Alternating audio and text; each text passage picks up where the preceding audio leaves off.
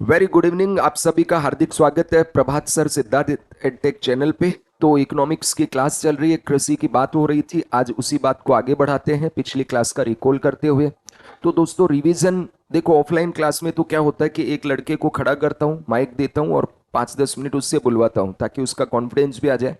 अब तुम लोग कैसे रिवीजन करोगे? तो आंखें बंद कर लो और कल की क्लास को रिवीजन करो मेरे साथ ताकि तुम्हारे याद हो जाए। तो लास्ट क्लास में दोस्तों हमने बात की थी एग्रीकल्चर का अर्थव्यवस्था में क्या महत्व है। ठीक है, तो मैंने आपको कुछ पॉइंट्स बताए थे, लिखवा भी दिए थे। पहला पॉइंट था फूड सिक्योरिटी, यानी कृषि जो है इससे देश के लोगों के लिए खाद्यान्न मिलता है। दूसरा रोजगार, कितने परसेंट लोगों को दे रही है? डायरेक्ट 45% को। और यदि जो अलाइड सेक्टर को भी जोड़ लें तो दोस्तों ये 55 से 60% लोग हैं वो कृषि क्षेत्र में रोजगार प्राप्त करते हैं। उसके बाद एक्सपोर्ट में लगभग 10 से 15% तक कंट्रीब्यूशन इसका है। फिर ये रॉ मटेरियल प्रोवाइड कराता है विभिन्न प्रकार के उद्योगों के लिए। और it is big market for industry and service sector, यानी कृषि जो है केवल कच्चा माल ही नहीं देता है बल्कि किसान जो है या खेती में काम करने वाले जो मजदूर हैं ये इंडस्ट्री का बहुत सारा सामान खरीदते हैं, सर्विस की बहुत सारी सेवाएं लेते हैं। इसलिए कहा जाता है जीडीपी में 1%, सॉरी एग्रीकल्चर में 1% की ग्रोथ हुई तो फिर जीडीपी में 0.5% की ग्रोथ हो जाती है, क्योंकि किसान जितना आय उसका बढ़ता है वो कहीं ना कहीं खर्च करेगा। ठीक है, फिर इसकी मैंने बात की थी। अगला इसका क्या इंपॉर्टेंस है, तो जो पशु हैं उनके लिए फोडर मिलता है, फोडर फॉर लाइव स्टॉक। फिर it is backbone of food processing industry, biofuel industry. ठीक है, और इसी तरह ये गांव की जो भी संस्कृति है, लाइफस्टाइल है, वहाँ की कल्चर है, तीज त्योहार है, वो भी सारे कृषि के इर्द गिर्द घूमते हैं। यही नहीं, कृषि जो है वो हमारे देश की राजनीति को भी दोस्तों बहुत हद तक प्रभावित करती है। फिर दोस्तों हमने आगे 18 मैंने आपको एग्रीकल्चरल रिवॉल्यूशन याद करवाई थी, तो उनका भी रिवीजन फटाफट कर लेते हैं। तो जैसे येलो रिवॉल्यूशन है वो रिलेटेड है ऑयल सीड से, स्पेशली उसमें मस्टर्ड एंड सनफ्लावर का प्रोडक्शन बढ़ाना है। फिर black revolution related to petroleum production, ethanol उत्पादन बढ़ा करके। उसके बाद में दोस्तों ब्लू रिवॉल्यूशन की बात हुई थी, तो नीली क्रांति जो है फिश प्रोडक्शन बढ़ाने के लिए है। ब्राउन रिवॉल्यूशन भूरी क्रांति जो है लेदर एंड कोकोआ उत्पादन बढ़ाने के लिए है। फिर गोल्डन फाइबर रिवॉल्यूशन है, तो गोल्डन फाइबर रिवॉल्यूशन जूट उत्पादन के लिए है। ओनली गोल्डन रिवॉल्यूशन आ जाए तो ओनली गोल्डन रिवॉल्यूशन या सुनहरी क्रांति है वो हॉर्टिकल्चर और बागवानी के लिए है। ठीक है, हॉर्टिकल्चर यानी बागवानी के लिए, और इसमें भी फलों में सेब और शहद, इसके ऊपर फोकस किया गया है। फिर अगर ये आ जाए आपका silver fibre revolution, it means cotton production के लिए है। ओनली सिल्वर आ जाए तो रजत क्रांति मतलब हो गया एग और जो पोल्ट्री प्रोडक्ट है उनके लिए है। और दोस्तों यदि रेड रिवॉल्यूशन आ जाए, लाल क्रांति, तो एक लाल क्रांति तो है नक्सलियों वाली, लाल सलाम वाली, और यहाँ जो लाल क्रांति है वो है मीट एंड टोमेटो प्रोडक्शन से संबंधित। उसके बाद दोस्तों मैंने बात की थी ग्रे रिवॉल्यूशन, धूसर क्रांति related to fertiliser production and cement production. ठीक है, पिंक रिवॉल्यूशन कांदा उत्पादन। ठीक है, इसके अलावा प्रॉन फिश, झींगा मछली, ये शायद कल लिखा भी था या नहीं मुझे ध्यान नहीं है, तो आप एडिट कर लेना। झींगा मछली का उत्पादन बढ़ाने हेतु और कांदा यानी ऑनियन के उत्पादन को बढ़ाने के लिए ये गुलाबी क्रांति प्रारंभ की गई थी। फिर हमने बात की थी ग्रीन रिवॉल्यूशन की, हरित क्रांति की। तो दोस्तों हरित क्रांति का संबंध किससे है, तो ग्रीन रिवॉल्यूशन का जो संबंध है वो खाद्यान्न उत्पादन यानी फूड ग्रेन प्रोडक्शन से संबंधित है।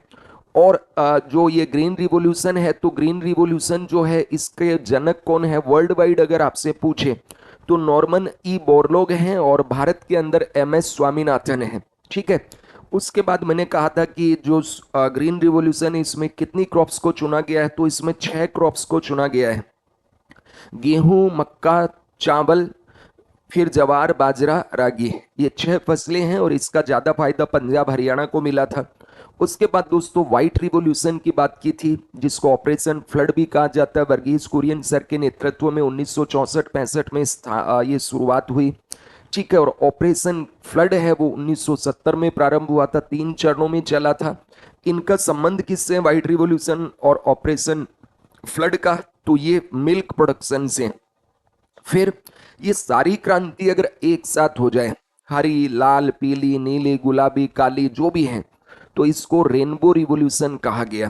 तो सारी क्रांतियां एक साथ हो जाए तो रेनबो रिवॉल्यूशन इसको कहा जाएगा। फिर दोस्तों आता है केसर उत्पादन को बढ़ाने के लिए, तो सैफरन रिवॉल्यूशन या केसर क्रांति, और मसाला उत्पादन बढ़ाने के लिए बादामी क्रांति, आलमंड रिवॉल्यूशन। और स्वीट रिवॉल्यूशन है वो हनी प्रोडक्शन बढ़ाने के लिए, और जो हनी बी है, मधुमक्खी है, उसका उत्पादन बढ़ाने के लिए है। ठीक है, तो शहद दो जगह आया, एक गोल्डन में, सुनहरी में, और दूसरा मीठी क्रांति में। तो ये यहां तक कल की क्लास में एग्रीकल्चर वाला जो टॉपिक है वो हमने कर लिया था। अब दोस्तों विभिन्न प्रकार की खेतियों के नाम है, यहां से भी प्रीलिम्स के अंदर क्वेश्चन आ सकते हैं। ठीक है, जैसे मेंस का जो क्वेश्चन मैंने इससे दिया था वो यूपीएससी में पूछा गया था, जो मैंने आपको कल क्वेश्चन दिया था।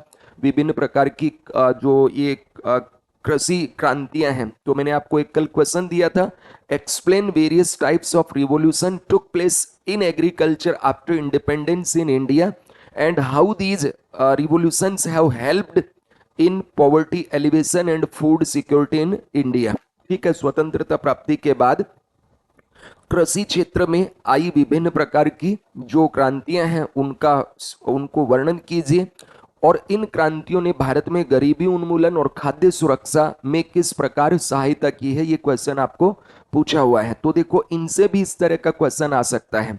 ठीक है, और एक प्रश्न जो पूछा गया पीसीएस में कि ये जो मीठी क्रांति है इसका संबंध किससे है, तो इसका संबंध किससे है, मधुमक्खी पालन और शहद उत्पादन से। अब दोस्तों हम बात करते हैं विभिन्न प्रकार की खेतियों के नाम। तो हेडिंग दीजिए, name of different types of agriculture या farming, name of different type of farming.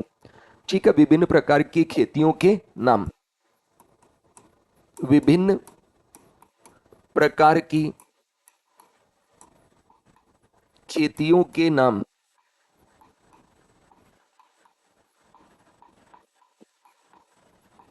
विभिन्न प्रकार की खेतियों के नाम। तो name of different types of farming,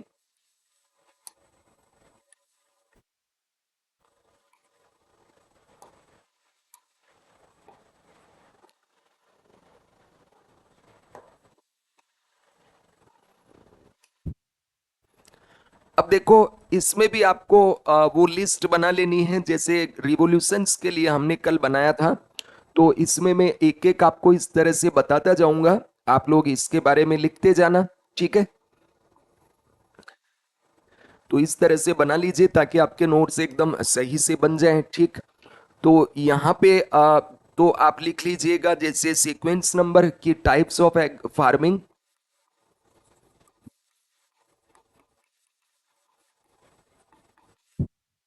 यहाँ तो क्या आ जाएगा, जो खेती है उसका प्रकार, और अगली तरफ आ जाएगा वो किससे संबंधित है, रिलेटेड टू। ठीक है, तो रिलेटेड टू क्रॉप्स। ठीक है, कौन सी क्रॉप से संबंधित है। तो पहला दोस्तों इसमें जो आता है वो है हाइड्रोपोनिक्स। क्या है, हाइड्रोपोनिक्स। तो फर्स्ट लिखिए इसमें हाइड्रोपोनिक्स,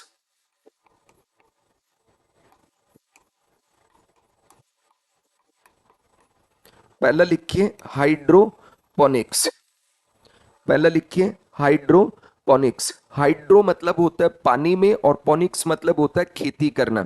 तो इसका मीनिंग होता है ग्रोइंग प्लांट इन वाटर। क्या, ग्रोइंग प्लांट इन वाटर, या सॉइल लेस एग्रीकल्चर। आपने मनी प्लांट देखा होगा। ठीक है, तो वो बिना मिट्टी के उग जाता है, पानी में आप रखते हैं, तो एक तरह का हाइड्रोपोनिक्स का एग्जाम्पल है। तो हाइड्रोपोनिक्स का मतलब होता है कि growing plant in water, growing plants in water, या जल में पौधों को उगाना। क्या होगा, जल में पौधों को उगाना, जल में पौधों को उगाना।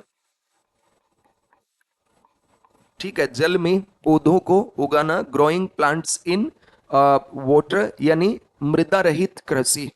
फिर दूसरा आता है दोस्तों एरोपोनिक्स। क्या है दूसरा, सेकंड आता है एरोपोनिक्स।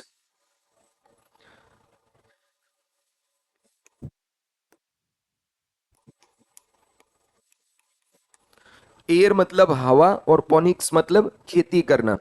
तो इसका मतलब होता है हवा, हवा में पौधों को उगाना, हवा में पौधों को उगाना। ग्रोइंग प्लांट्स इन एयर, हवा में पौधों को उगाना।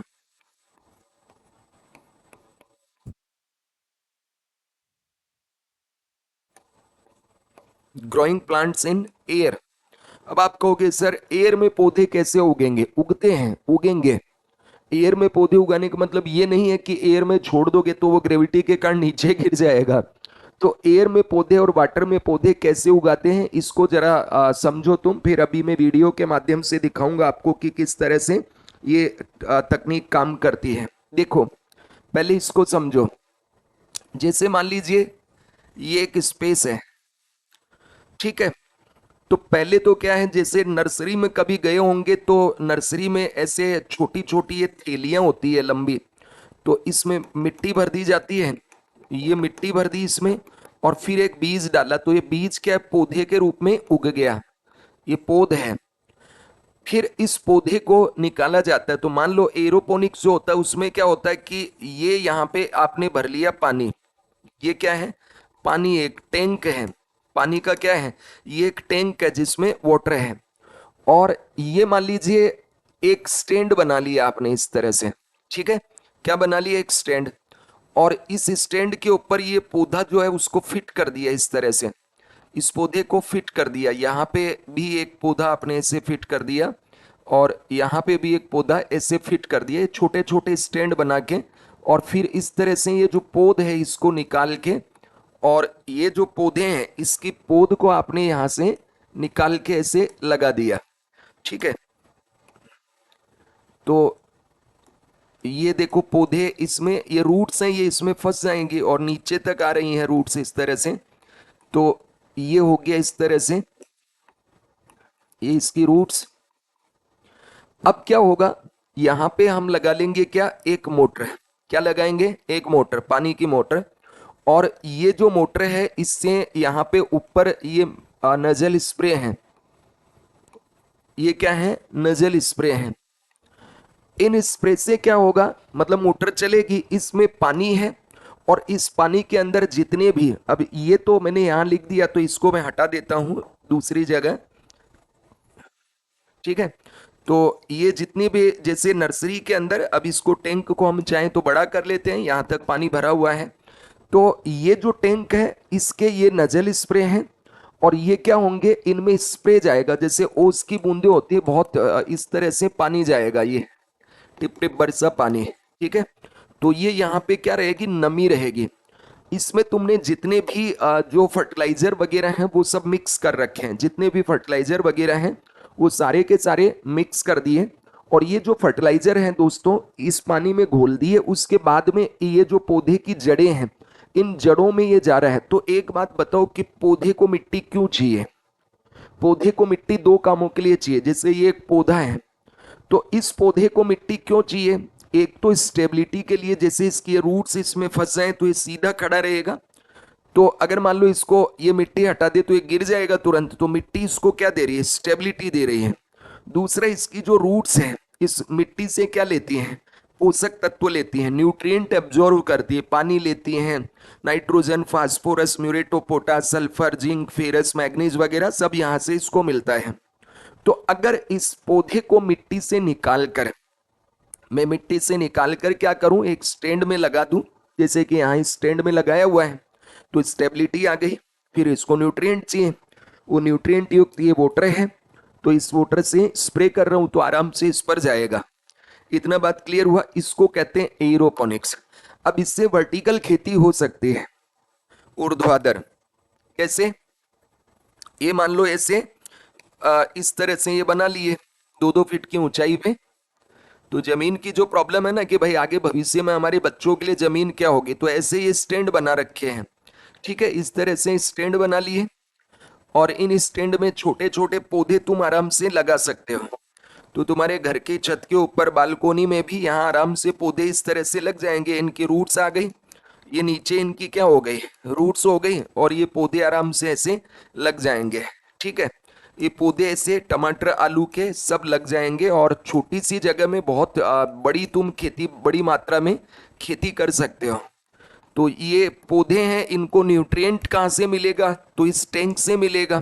स्टेबिलिटी किससे मिल रही है? तो ये स्टैंड से मिल रही है, इस तरह से। तो ये इजरायली तकनीक है, कम एरिया में हम लोग इससे खेती कर सकते हैं। छत पे 1 बीघा 10 मंजिला ऐसे कर लो तो 10 बीघा जितनी खेती हो जाएगी। बात समझ गए ना? और फिर यहाँ जरूरी नहीं इसके नीचे कहीं भी तुमने एक टैंक बना रखा है, ये मोटर लगा दी और इस मोटर से यहाँ पे हर जगह ये नजल स्प्रे लगा रखा है। इधर जाएगा तो यहाँ पे भी ये नजल स्प्रे है, इधर जाएगा तो ये नजल स्प्रे है, और इससे मिस्ट पैदा होगी, मतलब ओस बनेगी। तो हर टाइम पे इन पे पौधों पे पानी पहुंचता रहेगा।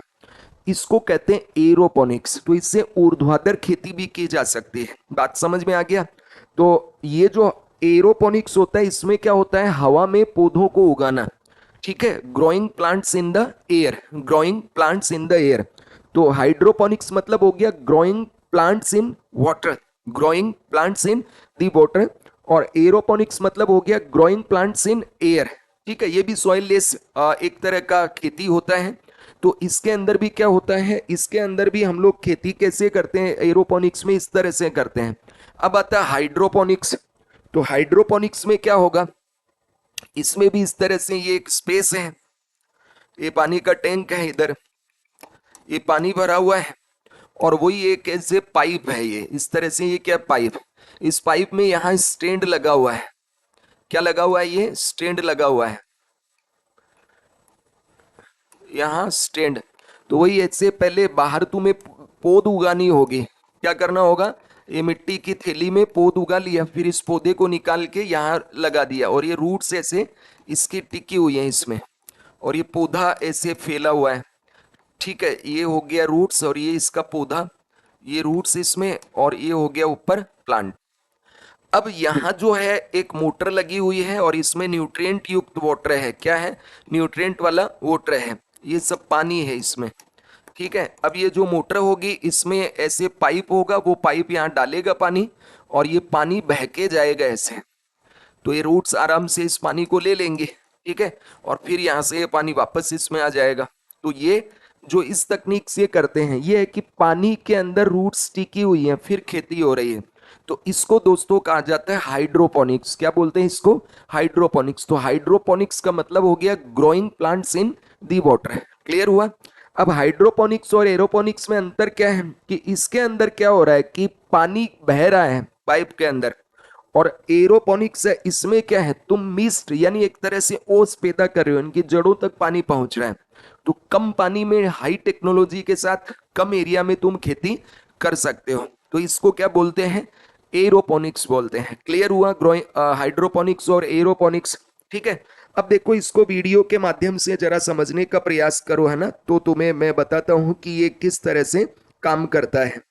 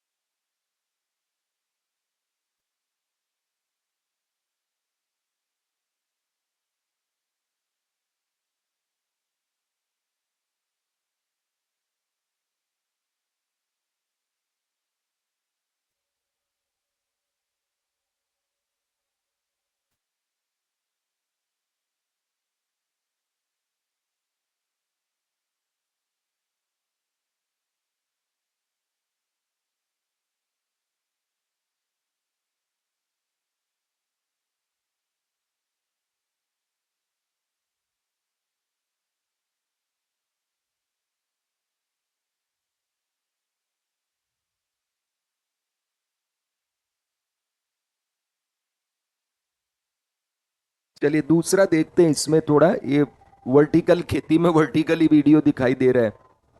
ठीक है।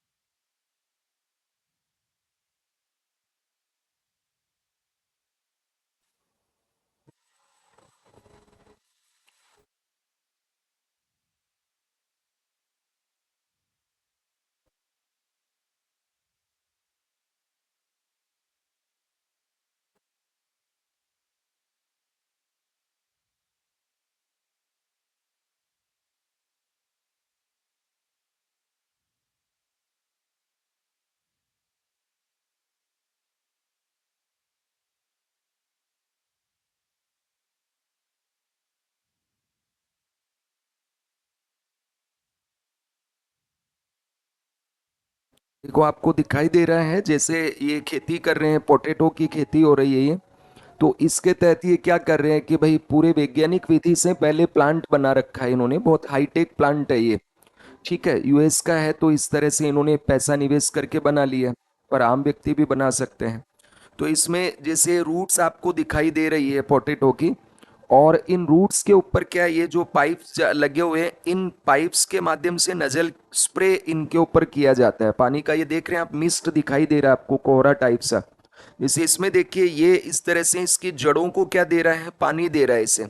और फिर इस तरीके से ये खेती इसमें की जा सकती है। कम एरिया के अंदर आप इस तरह की खेती कर सकते हैं, और बढ़िया क्वालिटी के आपको इसमें पोटैटो वगैरह या जो भी चीज़ आप चाहें उनका उत्पादन हो सकता है। तो इसमें क्या होता है कि हम इन रूट्स के ऊपर पानी देते हैं, और रूट्स कहाँ रहेंगे, तो ये रूट्स है इसके अंदर, आप देख रहे हैं कि ये फंसी हुई रहती है इस तरह से।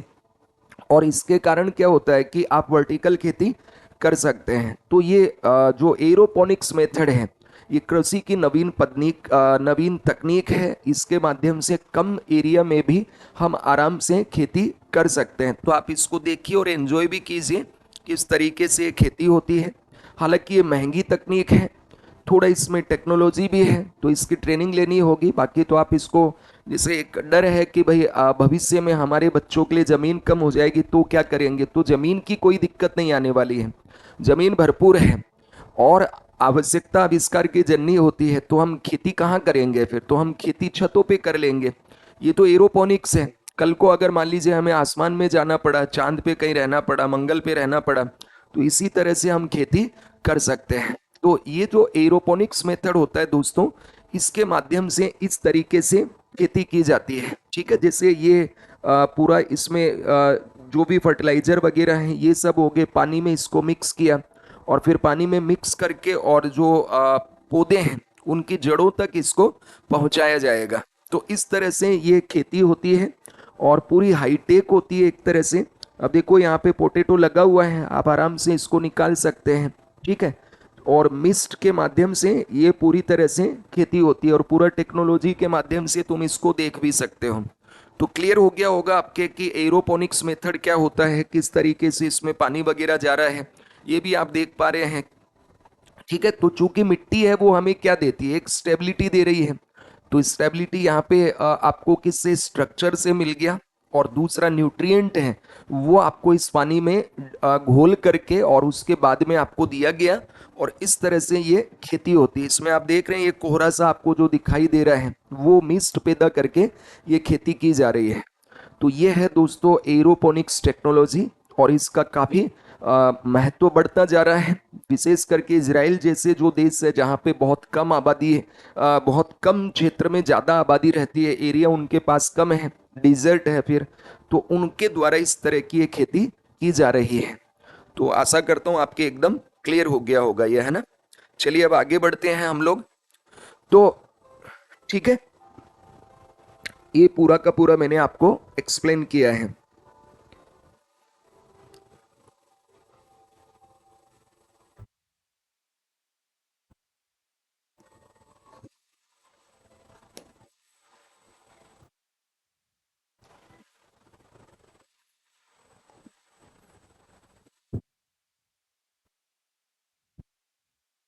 तो चलिए अब हम लोग आगे बढ़ते हैं। तो पहला तो आपने लिख लिया टाइप्स ऑफ फार्मिंग में हाइड्रोपोनिक्स, ठीक है।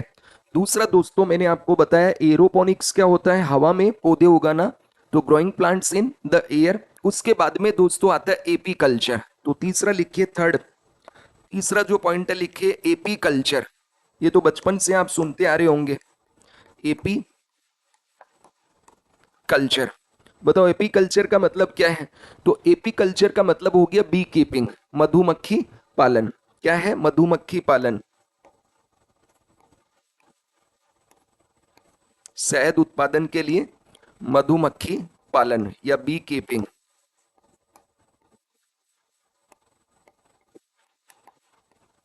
मधुमक्खी पालन ये किस में किया जाता है, तो मधुमक्खी पालन दोस्तों किया जाता है आपके एपी कल्चर के अंदर। तो एपी कल्चर जो है ये भी बहुत शानदार आधुनिक विधि है खेती करने की।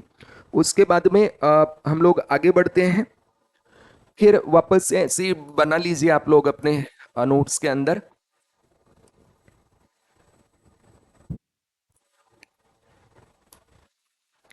तो जो फोर्थ टाइप है वो है हॉर्टिकल्चर। हॉर्टिकल्चर चौथा जो प्रकार है आधुनिक खेती का वो क्या है, हॉर्टिकल्चर। तो लिखिए हॉर्टिकल्चर। हॉर्टिकल्चर मतलब बागवानी हो गया, ठीक है। तो ये तो बचपन से तुम लोग सुनते आ रहे हो। इसमें क्या होता है हॉर्टिकल्चर में, बागवानी। बागवानी, हॉर्टिकल्चर मतलब बागवानी,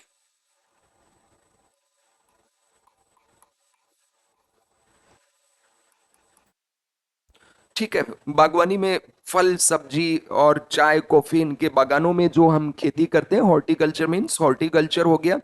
उसके बाद जो पांचवा प्रकार है इसका आधुनिक खेती का दोस्तों वो है फ्लोरिकल्चर। कौन सा है, फ्लोरिकल्चर।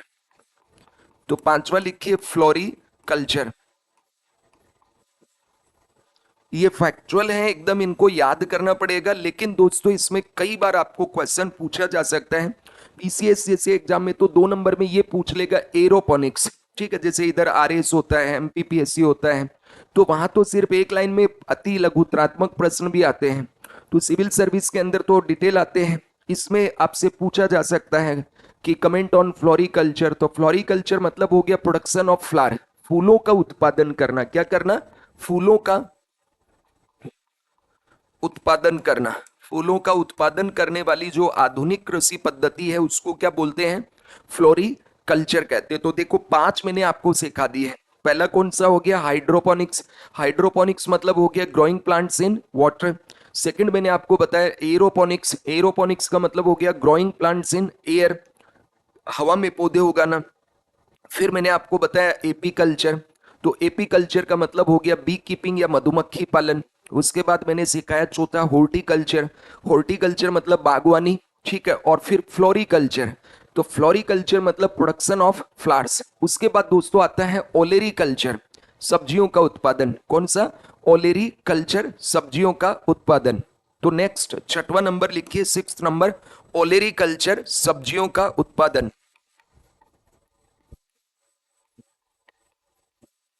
ओलेरी कल्चर, ओलेरी कल्चर सब्जियों का उत्पादन, production of vegetable, production of vegetables, सब्जियों का उत्पादन, सब्जियों का उत्पादन, प्रोडक्शन ऑफ वेजिटेबल। फिर सातवां लिखिए पोमी कल्चर। नेक्स्ट लिखिए पोमी कल्चर, पोमी कल्चर। इसमें होता है फलों का उत्पादन, प्रोडक्शन ऑफ फ्रूट्स, फलों का उत्पादन, प्रोडक्शन ऑफ फ्रूट्स, फलों का उत्पादन, production of fruits, production of fruits, pomiculture, production of fruits. फिर दोस्तों बचपन से एक सुनते आ रही हो वीटी कल्चर, ग्रेप फार्मिंग, कौन सा? VT culture. तो अगला 8वां लिखिए वीटी कल्चर, ग्रेप्स या अंगूर की खेती, ग्रेप्स फार्मिंग, अंगूरों की खेती, अंगूरों की खेती। ठीक है, तो वीटी कल्चर मतलब क्या हो गया? Grapes farming. फिर लिखिए वर्मी कल्चर, ये भी बचपन से पढ़ते आ रहे हो, अर्थवॉर्म रेयरिंग, केंचुआ पालन। तो 9 नंबर पे चलिए, 9th 9 नंबर लिखिए वर्मी कल्चर, 9 नंबर पे वर्मी कल्चर, केंचुआ पालन, केंचुआ पालन। ठीक है, तो नंबर 9 लिखिए vermi culture, vermi culture.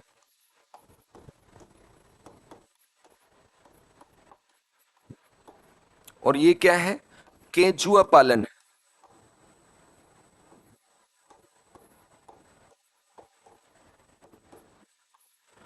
Earthworm rearing, केंचुआ पालन, अर्थवॉर्म रेयरिंग, केंचुआ पालन या अर्थवॉर्म रेयरिंग।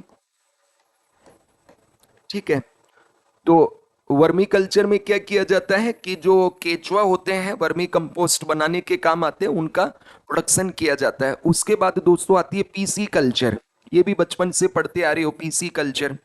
तो जो पीसी कल्चर है ये किससे संबंधित है? तो फिश फार्मिंग, मछलियों के उत्पादन से, पीसी कल्चर, पीसी कल्चर। और जो पीसी कल्चर है ये फिश फार्मिंग है, मत्स्य पालन है, मत्स्य पालन से संबंधित फिश फार्मिंग, मत्स्य पालन, फिश फार्मिंग। उसके बाद में एक सुना होगा सिल्क वॉर्म रेयरिंग, जिसमें किया जाता है, दैट इज सेरी कल्चर। ठीक है, तो 11वें नंबर पे लिखिए सेरी कल्चर, सेरी कल्चर। सेरीकल्चर जो होती है इसमें होता है रेशम कीट पालन। क्या होता है? सिल्क वॉर्म रेयरिंग, रेशम कीट पालन। तो रेशम के उत्पादन को बढ़ावा देने के लिए हमें चाहिए रेशम का कीट। तो रेशम कीट पालन किस में होता है? रेशम कीट पालन होता है सेरीकल्चर में। अब ये रेशम का जो कीड़ा होता है ये कहाँ पे पैदा होता है? तो ये मलबरी पे होता है, तो उसकी खेती को बोलते हैं मोरी कल्चर। क्या बोलते हैं? मोरी कल्चर। मोरी कल्चर मतलब सहतूत या मलबरी का जो पेड़ है उसका उत्पादन करना। ठीक है, growing mulberry for silk worm rearing, रेशम कीट हेतु सहतूत का उत्पादन करना, रेशम कीट हेतु सहतूत का उत्पादन करना। तो ये विभिन्न प्रकार की कृषियों के प्रकार हैं। ठीक है, रेशम कीट हेतु सहतूत मलबरी का उत्पादन करना। तो ये आपको 12 की 12 जो कृषि विधियां हैं ये एकदम याद हो जानी चाहिए। देखो दोस्तों, पहली मैंने आपको बताई थी इसमें हाइड्रोपोनिक्स यानी growing plant in water, second था aeroponics, growing plant in air. ठीक है, थर्ड मैंने आपको बताया एपी कल्चर, बी कीपिंग। उसके बाद हॉर्टिकल्चर यानी बागवानी। फिर मैंने आपको बताया फ्लोरिकल्चर, प्रोडक्शन ऑफ फ्लावर्स। उसके बाद दोस्तों मैंने आपसे बात की ओलेरी कल्चर, प्रोडक्शन ऑफ वेजिटेबल्स। फिर पोमी कल्चर, प्रोडक्शन ऑफ फ्रूट्स। उसके बाद में वीटी कल्चर। तो वीटी कल्चर में बचपन से आप सुनते आ रहे हैं ग्रेप्स फार्मिंग, अंगूर की खेती करना। फिर जो वर्मी कल्चर होती है उसमें ये जो वर्मी कंपोस्ट खाद बनाने में जो कीड़े काम में आते हैं, अर्थवॉर्म रेयरिंग, केचुआ जो निकलते हैं ना बारिश के अंदर जमीन में सांप जैसे लटक मटक के चलते हैं, तो अर्थवॉर्म रेयरिंग किसके तहत आता है? वर्मी कल्चर के तहत आता है। फिर जो फिश फार्मिंग को बढ़ावा देने के लिए किया जाता है पीसी कल्चर। और जो सहतूत का कीड़ा है, सिल्कवॉर्म है, उसकी खेती करने के लिए सिल्कवॉर्म रेयरिंग की जाती है, दैट इज सेरीकल्चर। और फिर दोस्तों होती है moriculture, growing mulberry for silkworm rearing. ठीक है, तो इस तरीके से आधुनिक कृषि पद्धतियां हैं इनके नाम आपको ध्यान में होना चाहिए। तो पहला टॉपिक दोस्तों अपना इसमें पूरा हुआ कि role of agriculture in economy. उसके बाद मैंने आपको विभिन्न प्रकार की कृषि क्रांतियां और कृषि विधियों के बारे में जानकारी दी है। अब हम आगे की ओर बढ़ेंगे कि वर्तमान समय में कृषि के समक्ष कौन कौन सी बड़ी चुनौतियां हैं। ठीक है, वर्तमान समय में कृषि के समक्ष कौन कौन सी बड़ी चुनौतियां हैं। अच्छा, ये जो कृषि के समक्ष बड़ी चुनौतियां हैं, इसको पढ़ने से पहले एक जो क्रांति है उसके बारे में थोड़ा डिटेल पढ़ लेते हैं। जैसे जो हरित क्रांति है, ग्रीन रिवॉल्यूशन है, तो आज की क्लास में हम लोग पूरा डिटेल देखते हैं कि ग्रीन रिवॉल्यूशन क्या है, उसकी जरूरत क्यों पड़ी, उसमें क्या क्या किया गया था और भारत को आत्मनिर्भर बनाने में इसका क्या इंपॉर्टेंस है, इसके बारे में भी आपको पूरी जानकारी होनी चाहिए।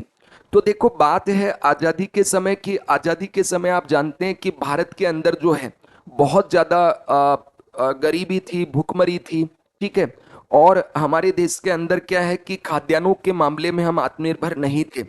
यद्यपि भारत एक कृषि प्रधान देश हुआ करता था, लेकिन और खेती भी आप जानते हैं, देखो आज क्षेत्रफल उतना ही है अपना, लेकिन पहले इतनी बिल्डिंग, रोड, हॉस्पिटल, डैम या बड़े बड़े ब्रिज वगैरह, रेलवे स्टेशन इतना नहीं था, तो जमीन तो बहुत ज्यादा थी हमारे पास। लेकिन दोस्तों इसके बावजूद भी भारत खाद्यान्नों में आत्मनिर्भर नहीं था। जबकि हमारी जो एग्रीकल्चर है, ये जीडीपी में कंट्रीब्यूशन 55.4% था। मतलब जीडीपी में एक्चुअल में सबसे ज्यादा कंट्रीब्यूशन तो खेती का ही था। और आबादी भी दोस्तों आजादी के समय बहुत ज्यादा नहीं थी, लेकिन फिर भी हम आत्मनिर्भर नहीं थे। तो एक्चुअल में क्या था कि उस समय बहुत सी चुनौतियां थी कृषि के समक्ष। जैसे आधुनिक बीजों का अभाव था, परंपरागत कृषि पद्धतियों से खेती की जाती थी। ठीक है, मशीनों का अभाव था, सिंचाई सुविधाओं का अभाव था, जो रासायनिक उर्वरक है उनका अभाव था, मॉडर्न मशीन्स वगैरह नहीं थी, संकर हाइब्रिड बीज वगैरह नहीं होते थे। इसलिए हमारी जो परंपरागत कृषि पद्धति से हम खेती करते थे, तो भले ही जमीन ज्यादा थी लेकिन उत्पादन कम होता था। और दूसरा, जमीन तो उस समय बहुत ज्यादा थी, पर उस समय खेती करने योग्य जमीन बहुत कम थी। मतलब जंगल थे, पहाड़ी इलाके थे। अब तो सारा खोद डाला और सब जगह खेती ज्यादा होने लग गई। तो उस समय चूंकि ट्रैक्टर, थ्रेसर जैसी बड़ी मशीनें नहीं थी कि जो बंजर भूमि है उसको भी तुम कल्टीवेट कर लो। तो ऐसी परिस्थिति में हुआ क्या था कि जब भारत पाकिस्तान का युद्ध हुआ, उस युद्ध के समय हम लोग अमेरिका से, उससे पहले अमेरिका क्या PL 485 करके एक ये सहायता कार्यक्रम चलाता था। उसमें गेहूं और मक्का वो दुनिया के गरीब देशों में भेजता था। भारत को भी वहां से मुफ्त में अनाज मिलता था। तो पाकिस्तान ने कहा कि यार ये बंद कर दो। तो उसने कहा यार बंद करेंगे तो हमारी अंतर्राष्ट्रीय स्तर पे बदनामी होगी, तो बंद तो नहीं कर सकते हैं। तो फिर कहा सड़े हुए भेज दो, खाएंगे क्या, भूखे मरेंगे, युद्ध कहां से करेंगे। तो अमेरिका ने हमें सड़ा हुआ गेहूं और ये भेजा। तो ऐसी परिस्थिति में अब वो खाने लायक तो था नहीं कि वहां के घोड़े और सुअर भी उसको ना खाएं, तो हम कहां से खाएंगे। तो फिर हमने उसको बंगाल की खाड़ी में डंप करवाया और बाकी को वापस भेज दिया। लेकिन जोश जोश में कर तो दिया, अब खाएंगे क्या, जो भी मिलता था खा के लोग जिंदा रहते थे। लेकिन अब हमें जरूरत थी कि अपने देश के अंदर ही सब कुछ उत्पादन किया जाए। तो ऐसी परिस्थिति में क्या किया हमने, ग्रीन रिवॉल्यूशन शुरू किया MS स्वामीनाथन सर के नेतृत्व में। तो ये ग्रीन रिवॉल्यूशन है क्या, ठीक है। तो हाई यील्डिंग वेराइटीज को पहले नाम दिया गया, फिर 1968 में विलियम गेड ने इसको ग्रीन रिवॉल्यूशन नाम दिया। तो देखते हैं क्या है। तो हेडिंग दीजिए ग्रीन रिवॉल्यूशन, हरित क्रांति।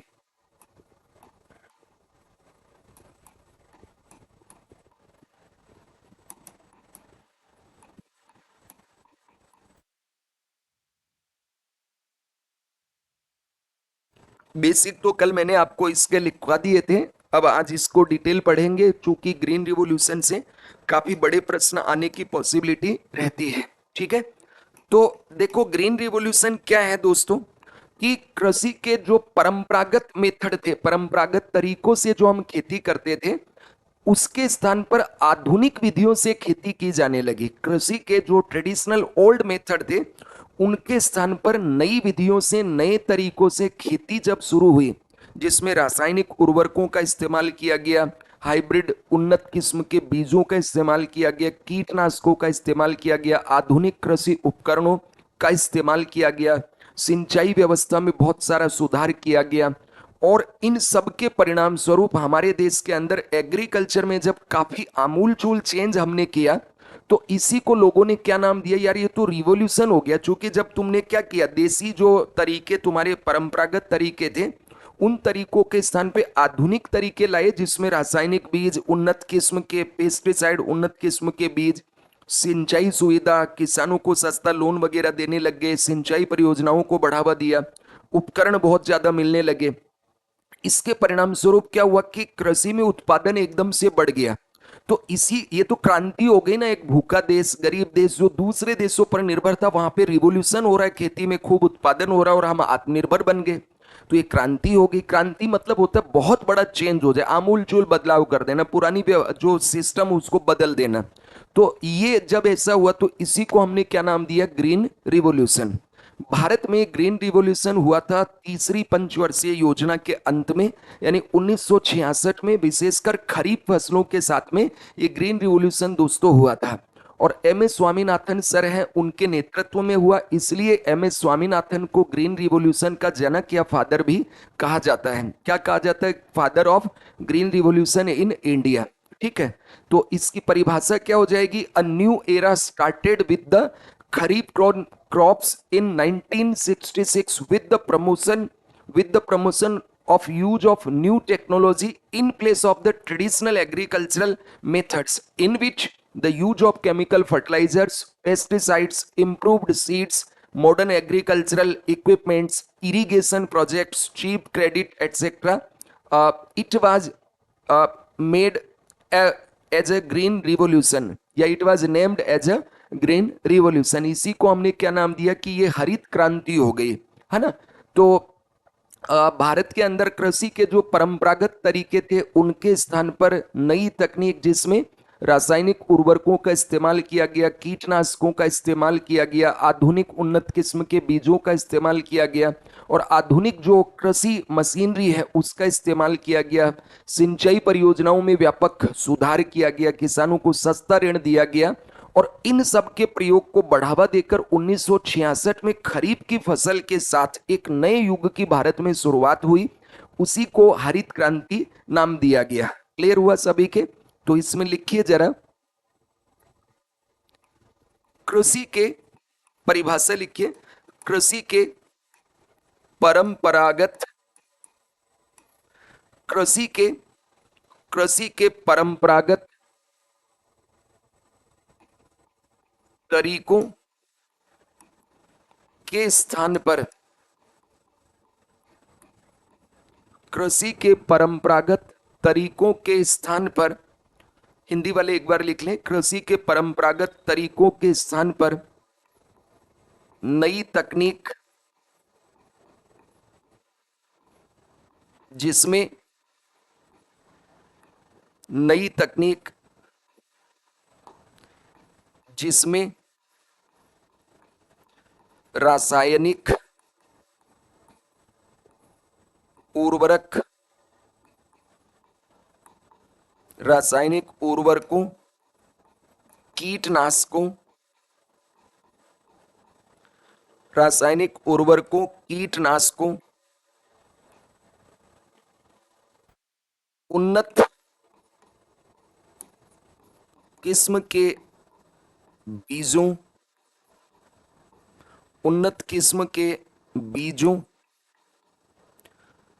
आधुनिक मशीनें, आधुनिक कृषि मशीनें, आधुनिक कृषि मशीनों, सिंचाई सुविधाओं,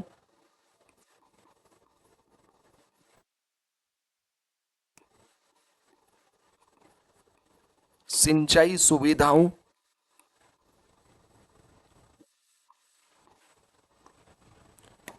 किसानों को सस्ता ऋण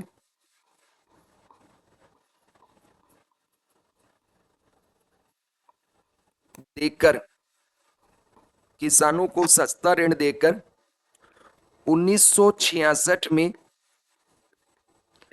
खरीफ की फसल के साथ एक नए युग की शुरुआत हुई,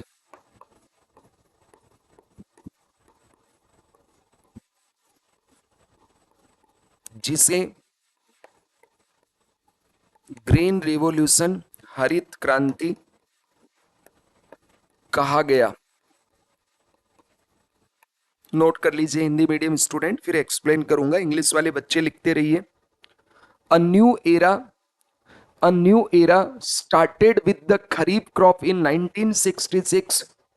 A new era started with the Kharif crops in 1966 with promotion of use with promotion of use of new technology with promotion of use of new technology in place of the traditional agricultural methods in place of the traditional agricultural methods in place of traditional agricultural methods in which in which in which the use of chemical fertilizers in which the use of chemical fertilizers in which the use of chemical fertilizers,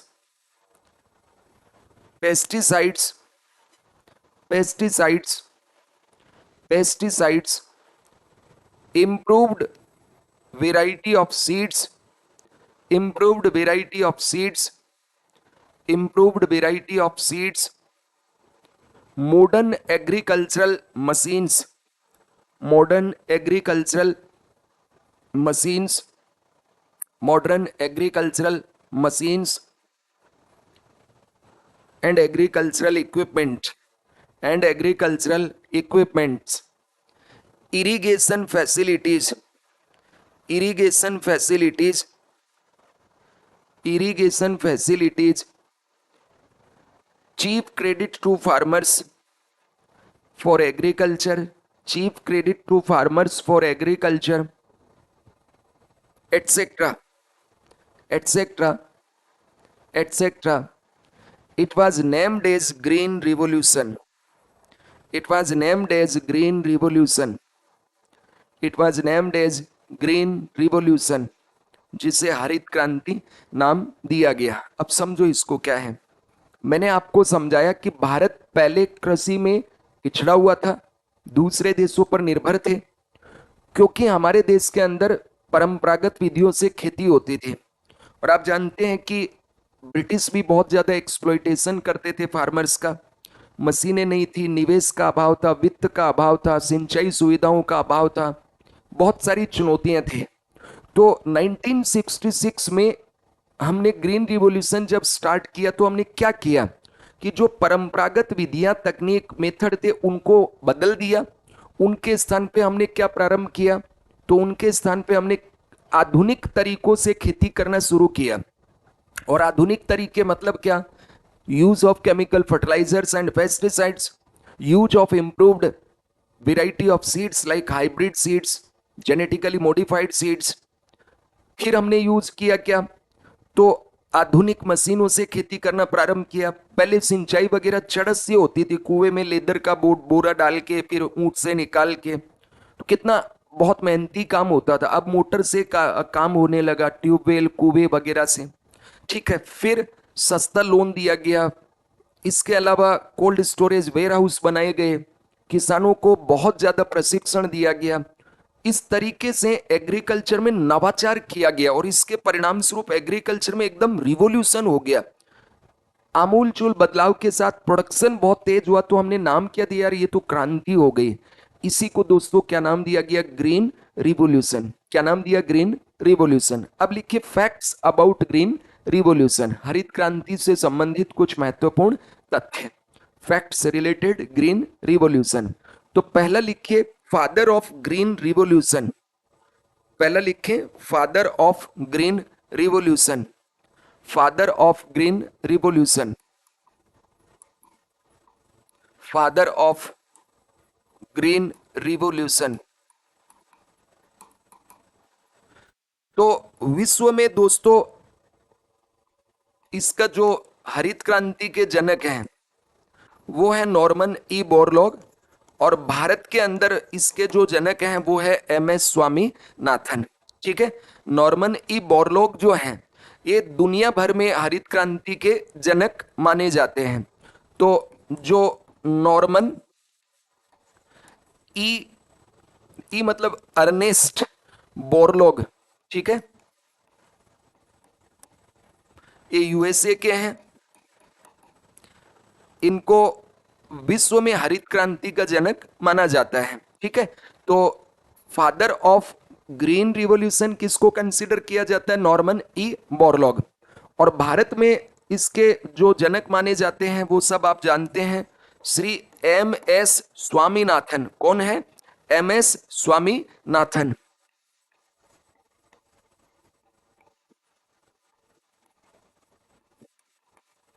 M S Swaminathan sir 1925 में इनका जन्म हुआ था और 2023 में 28 सितंबर को स्वर्गवास हुआ है। पूरा नाम इनका था मनकोम्बू संबाशिवम स्वामीनाथन। ठीक है, मनकोम्बू संबाशिवम स्वामीनाथन तमिलनाडु के रहने वाले थे। भारत रत्न से सम्मानित हैं, यानी देश के सर्वोच्च पुरस्कार इनको मिला हुआ है। फिर ये जो वर्ड दिया ग्रीन रिवॉल्यूशन वर्ड,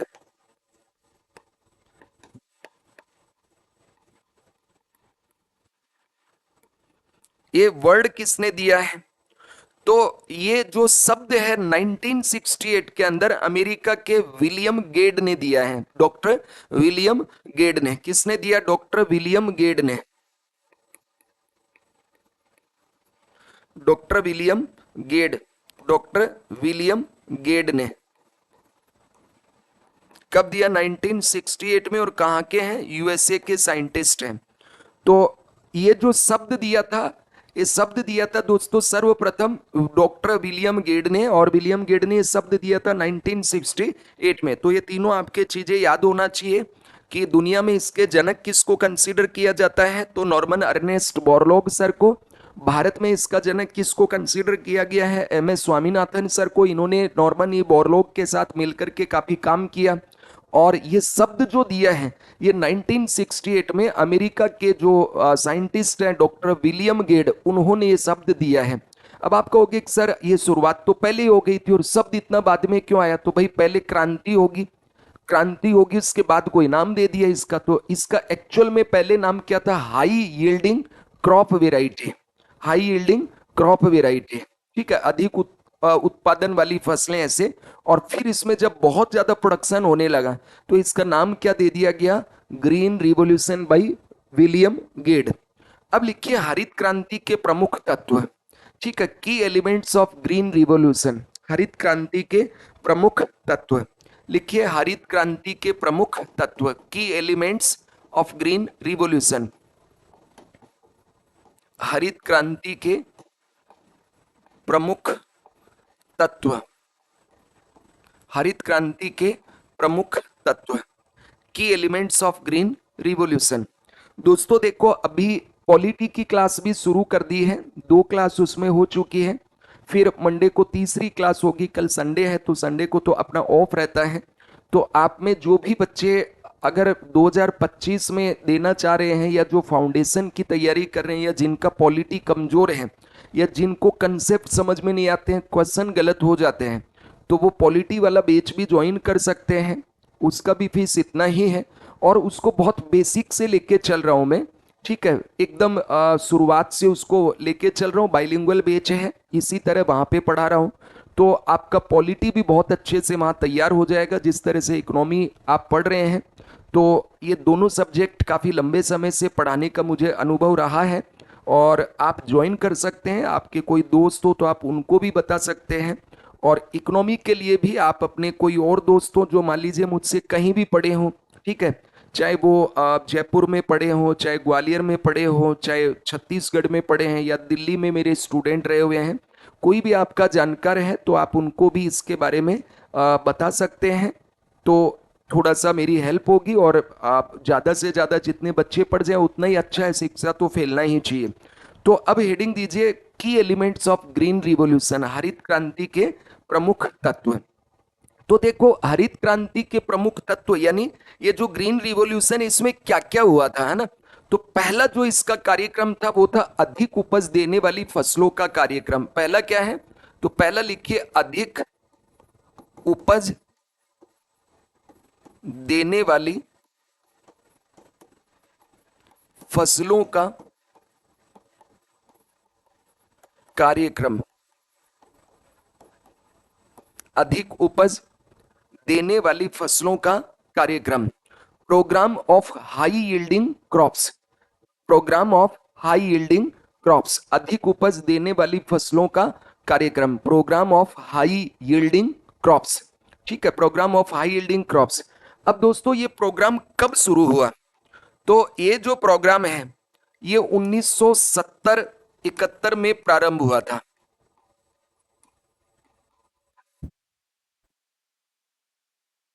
कब प्रारंभ हुआ, तो 1970-71 में स्टार्ट हुआ था। तो this programme was started in 1970-71। कब शुरू हुआ, तो इट इज स्टार्टेड इन 1970-71। फिर आगे लिखिए, इसमें 6 फसलों को चुना गया था। इसमें 6 क्रॉप्स को चुना गया था। 6 crops were selected in it. 6 crops were selected in it. इसमें 6 फसलों को चुना गया था।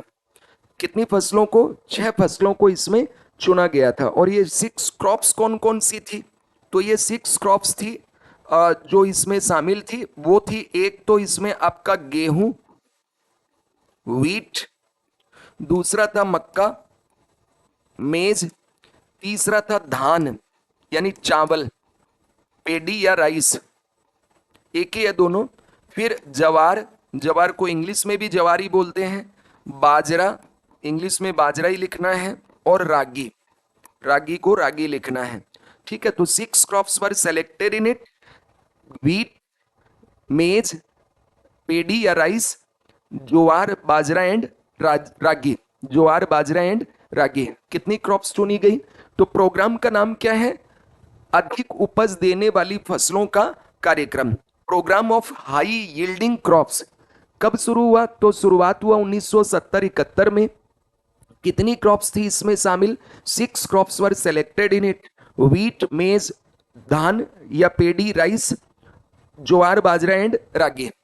अब देखो ऐसा क्यों किया गया, तो एक्चुअल में उस समय प्रधानमंत्री हुआ करते थे लाल बहादुर शास्त्री जी, और देश में भुखमरी बहुत ज्यादा थी। तो अगर कोई भी खेती बाड़ी में सुधार की बात करते हो उनको सुनते थे। तो एम एस स्वामीनाथन सर उस समय यंग थे, 1925 से कितना एज हुआ था, तो 40 साल के लगभग के युवा वैज्ञानिक थे। ये उनके पास गए कि सर, और आप जानते हैं M S Swaminathan sir IPS थे, फिर उन्होंने रिटायरमेंट लिया, फिर उन्होंने बीएससी एग्रीकल्चर से पढ़ाई करके और पंजाब और इधर जाकर के काफी किसानों के साथ रिसर्च वगैरह किया।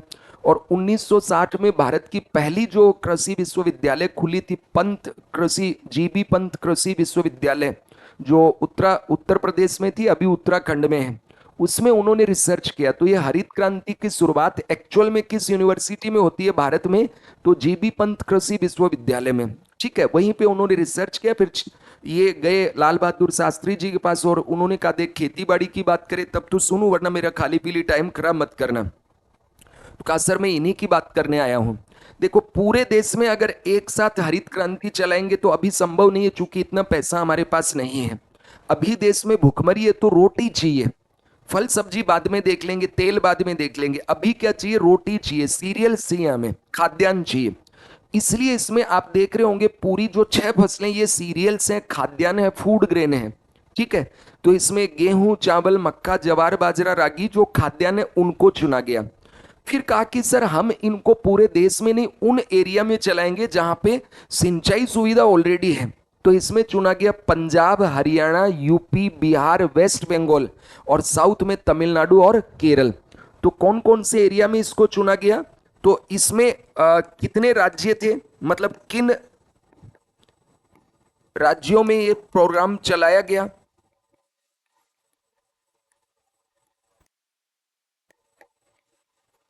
तो हरित क्रांति जो है ये कहां कहां पे चलाई गई? तो देखो, एक है, मान लो ये है पंजाब, तो इसके बगल वाला ये कौन सा होगा? हरियाणा। इसके बगल में कौन सा होगा? यूपी। यूपी के बगल में कौन सा होगा? बिहार। बिहार के बगल में कौन सा होगा उस समय? वेस्ट बंगाल, क्योंकि झारखंड बिहार का ही पार्ट था और वो साउथ में है। तो पंजाब, हरियाणा, यूपी, बिहार और वेस्ट बंगाल, ये तो लिए नॉर्थ इंडिया से। और अगर मान लो हम साउथ इंडिया में जाएं, तो साउथ इंडिया में इधर कौन सा है? तमिलनाडु। और इधर कौन सा है? केरल। ठीक है, तो टोटल राज्य याद रह जाएंगे ना इस तरह से, पंजाब, हरियाणा, यूपी, बिहार और फिर वेस्ट बंगाल, और इधर तमिलनाडु और केरल। तो ये जो अधिक उपज देने वाली फसलों का कार्यक्रम है जो कि 1970-71 में चलाया, इसमें कितनी क्रॉप्स चुनी गई? 6 crops were selected in it, jowar, bajra, ragi और व्हीट, पेडी एंड मेज।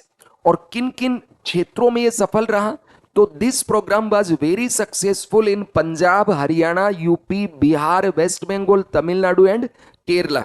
बट सबसे ज्यादा सफल कहां पे रहा? पंजाब और हरियाणा में। सबसे ज्यादा कहां पे रहा? पंजाब और हरियाणा में। चूंकि यूपी का वेस्टर्न वाला जो पार्ट है, मेरठ, मथुरा, इधर वाला यहां सफल रहा, और जो हरियाणा उसका भी कुछ मतलब ये बिहार का भी कुछ रीजन रहा, बंगाल का भी कुछ रीजन रहा जहां नदियों का पानी सिंचाई के लिए इजीली मिलता है, और तमिलनाडु में भी जो रिटर्निंग मानसून वगैरह से आराम से बारिश होती है वो एरिया, और केरला का जो बरसात वाला इधर वाला एरिया ये लिया गया वृष्टि छाया क्षेत्र को छोड़ के।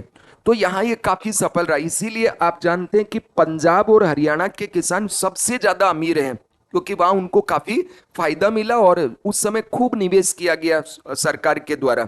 तो पहला जो की एलिमेंट है वो सबके एकदम क्लियर हो जाना चाहिए, और आपने लिख भी लिया होगा कि अधिक उपज देने वाली फसलों का कार्यक्रम, programme of high yielding crops started in 1970-71, 6 crops were selected in it। गेहूं, मक्का, धान, चावल या जवार, बाजरा, रागी, ये दोनों एक ही है, धान और चावल। और किन राज्यों में चलाया गया? तो यह पंजाब, हरियाणा, यूपी, बिहार, पश्चिम बंगाल, तमिलनाडु और केरल में काफी सफल रहा। फिर दूसरा जो कार्यक्रम दोस्तों इसमें था वो था बहुफसल कार्यक्रम। कौन सा? Multiple crop programme. तो दूसरा की एलिमेंट लिखिए, बहु फसल कार्यक्रम। बहुफसल कार्यक्रम, multiple crop programme. Multiple crop programme लिख लीजिए, बहुफसल कार्यक्रम, मल्टीपल क्रॉप प्रोग्राम।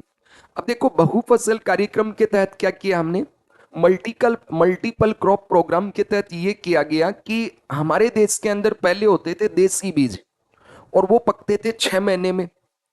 तो 6 महीने में एक ही फसल होगी, 6-7 महीने में मानसून चला जाता है, तो तुम या तो खरीफ बोलो या रबी बोलो, कोई एक फसल का उत्पादन कर सकते थे। तो ऐसा रिसर्च किया गया कि भाई ऐसी फसलें हमें तैयार करने, ऐसे बीज तैयार करने जो थोड़े समय में पककर तैयार हो जाएं, ताकि एक वर्ष में एक ही भूमि पर एक से ज्यादा फसलें एक साथ बोई जा सके और उत्पादन बढ़ाया जा सके। तो पहले क्या हो रहा है, मान लो किसी का ये जमीन है, तो अगर वो रबी की क्रॉप्स बोए तो फिर खरीफ वाली नहीं बो रहा था, और खरीफ बोले तो रबी नहीं, तो विशेषकर खरीफ बो रहा है तो रबी की फसल नहीं होती थी। तो इसमें क्या दिया गया?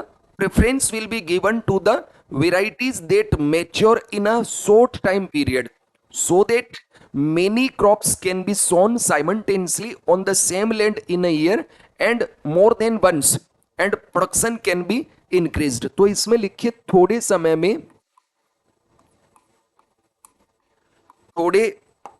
में पककर तैयार होने वाली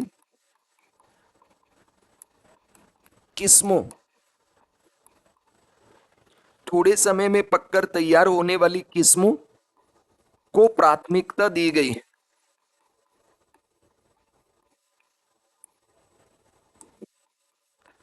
थोड़े समय में पककर तैयार होने वाली किस्मों को प्राथमिकता दी गई। Preference will be given to the varieties, preference will be given to the varieties that mature in a short time. preference will be given to the varieties that matures in a short time, ताकि ताकि एक वर्ष में ताकि एक वर्ष में ताकि एक वर्ष में so that many crops can be sown simultaneously, ताकि एक वर्ष में एक ही भूमि पर एक साथ एक से ज्यादा फसलें बोई जा सके और उत्पादन बढ़ाया जा सके।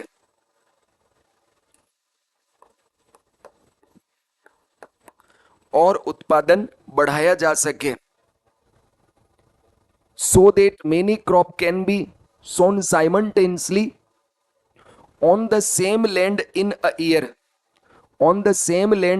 year, more than once, and production can be increased, ताकि एक वर्ष में एक ही भूमि पर एक से अधिक बार एक साथ कई फसलें बोई जा सके और उत्पादन को बढ़ाया जा सके। तो ये जो दूसरा कार्यक्रम चलाया गया, इसका नाम क्या रखा? Multiple crop programme.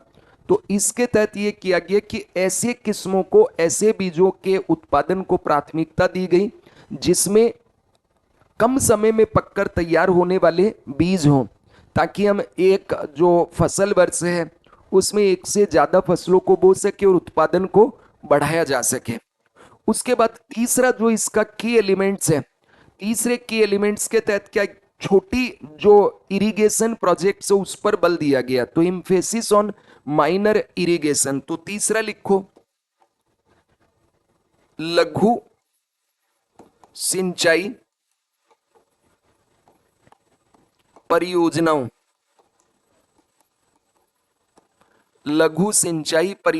पर बल।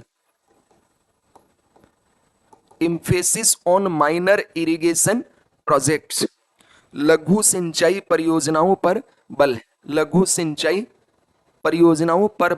Emphasis on minor irrigation. तो दोस्तों देखो, अगर आप इरिगेशन प्रोजेक्ट की बात करें तो जैसे ऐसे समझो कि यहां से एक ये नदी बह के जा रही है, ये एक पहाड़ है, ओरिजिन होता है यहां से पानी, ठीक है, और ये इसकी सहायक नदियां हैं जहां से पानी आ रहा है, इसमें ये मेन रिवर हो गया, ठीक है, फिर ये समुद्र में गिर जाएगी, ये पूरा सी के अंदर चली गई। इस तरह से जहां से इस नदी में पानी आता है, जहां से इस नदी में पानी आता है, इसको बोलते हैं कमांड एरिया। क्या बोलते हैं? अपवाह क्षेत्र या कमांड एरिया, ठीक है, या बेसिन नदी का ये पूरा का पूरा। तो अगर ये मान लो आर्टिफिशियल हमने कैनाल बनाई है, और यदि मान लीजिए इसका कमांड एरिया, मतलब यहां से लेकर यहां जो पानी आ रहा है ये कमांड एरिया कहलाता है। अब हमने एक रिवर या कैनाल बना दी, तो अगर इससे 2000 किलोमीटर, ठीक है, 2000 हेक्टेयर, नोट किलोमीटर, 2000 हेक्टेयर तक सिंचाई हो सकता है।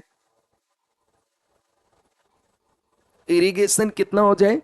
2000 किलोमीटर, 2000 हेक्टेयर तक, यहां से लेकर यहां तक का जो अपवाह तंत्र ये कितना हो? 2000 हेक्टेयर। तो इसको दोस्तों कहते हैं माइनर इरिगेशन प्रोजेक्ट। क्या बोलेंगे इसको? Minor irrigation project. और यदि मान लो कि ये जो एरिया है ये 2000 हेक्टेयर से अधिक है, कितना है? 10,000 तक है, 2000 से 10,000 हेक्टेयर तक है, तो इसको क्या बोलते हैं? Medium irrigation. क्या बोलेंगे? Medium irrigation project. क्या बोलते हैं इसको? Medium irrigation project. और यदि ये कमांड एरिया 10,000 हेक्टेयर से भी ज्यादा हो, 10,000 हेक्टेयर से ज्यादा हो, तो इसको बोलते हैं वृहद सिंचाई परियोजना। क्या बोलते हैं? वृहद सिंचाई परियोजना, लार्ज इरिगेशन प्रोजेक्ट, वृहद सिंचाई परियोजना। क्या बोलते हैं इसको? वृहद सिंचाई परियोजना। ठीक है, मेजर या लार्ज इरिगेशन प्रोजेक्ट। तो अब क्या होगा कि अगर तुम ये छोटा वाला इरिगेशन प्रोजेक्ट बना रहे हो, तो छोटे वाले इरिगेशन प्रोजेक्ट के अंदर कॉस्ट कम आएगी, और बड़ा वाला बना रहे हो, जैसे मान लो नर्मदा डैम प्रोजेक्ट बना रहे हो, ईआरसीपी बना रहे हो, भाखड़ा नांगल बना रहे हो, तो उनमें पैसा ज्यादा लगेगा। तो हमारा देश तो गरीब था, तो पैसा आएगा कहां से? तो कहा कि भाई शुरुआत तो करो एक बार, हम माइनर वाला चलाएंगे।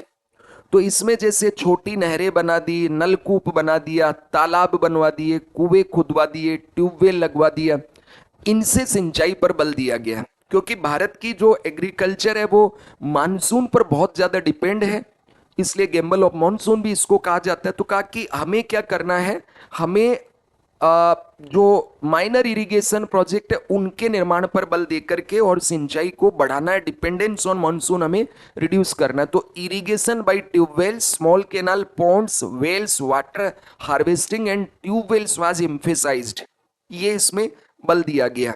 तो ये बात आपके समझ में आ गई ना? तो हेडिंग आपने दी है लघु सिंचाई परियोजनाओं पर बल दिया गया। तो लघु सिंचाई परियोजनाओं के तहत क्या किया गया इसमें? तो इसके तहत क्या किया? नलकूप, छोटी नहरें, कुओं, ठीक है, वाटर हार्वेस्टिंग,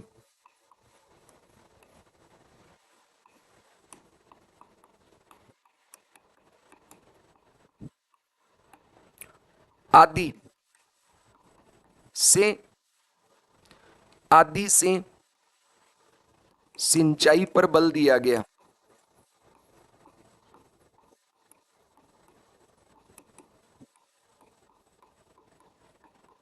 आदि से सिंचाई पर बल दिया गया। Irrigation by tubewells, irrigation by tubewells, small canals, wells, ponds, ponds, water harvesting, water harvestings was emphasised. नलकूप, छोटी नहरें, कुएं, तालाब,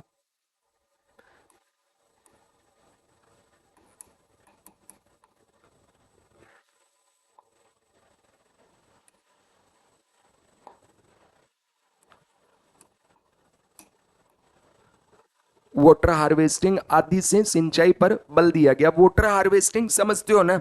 वाटर हार्वेस्टिंग का मतलब हो गया बारिश हुई, बारिश का पानी बह के नदी में गया और नदी में जाके समुद्र में चला गया। तो ये किस काम आएगा पानी? समुद्र में तो कोई काम आना नहीं है। तो इस बहते हुए पानी को रोक ले, जैसे छत का पानी वेस्ट ना जाए, टाके बना ले, छोटा पौंड बना ली, उसमें फिर उससे सिंचाई कर ले, जोड़ी में रोक ले, इस तरह से। तो बरसात का जो जल है उसको, वर्षा के रेन वाटर को रोक करके सिंचाई वगैरह में यूज करते हैं, उसको वाटर हार्वेस्टिंग कहते हैं।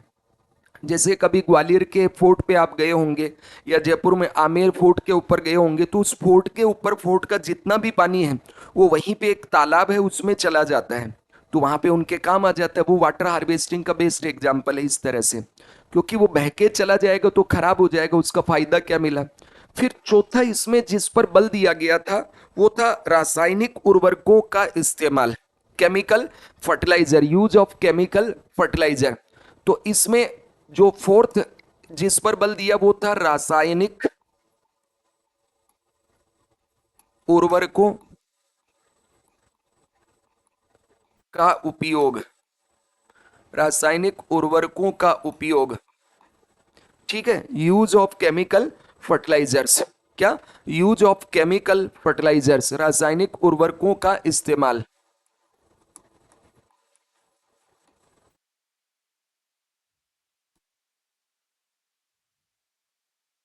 इसके तहत इन्होंने किस पर बल दिया? यूरिया पे, पोटास पे, डीएपी पे, ठीक है।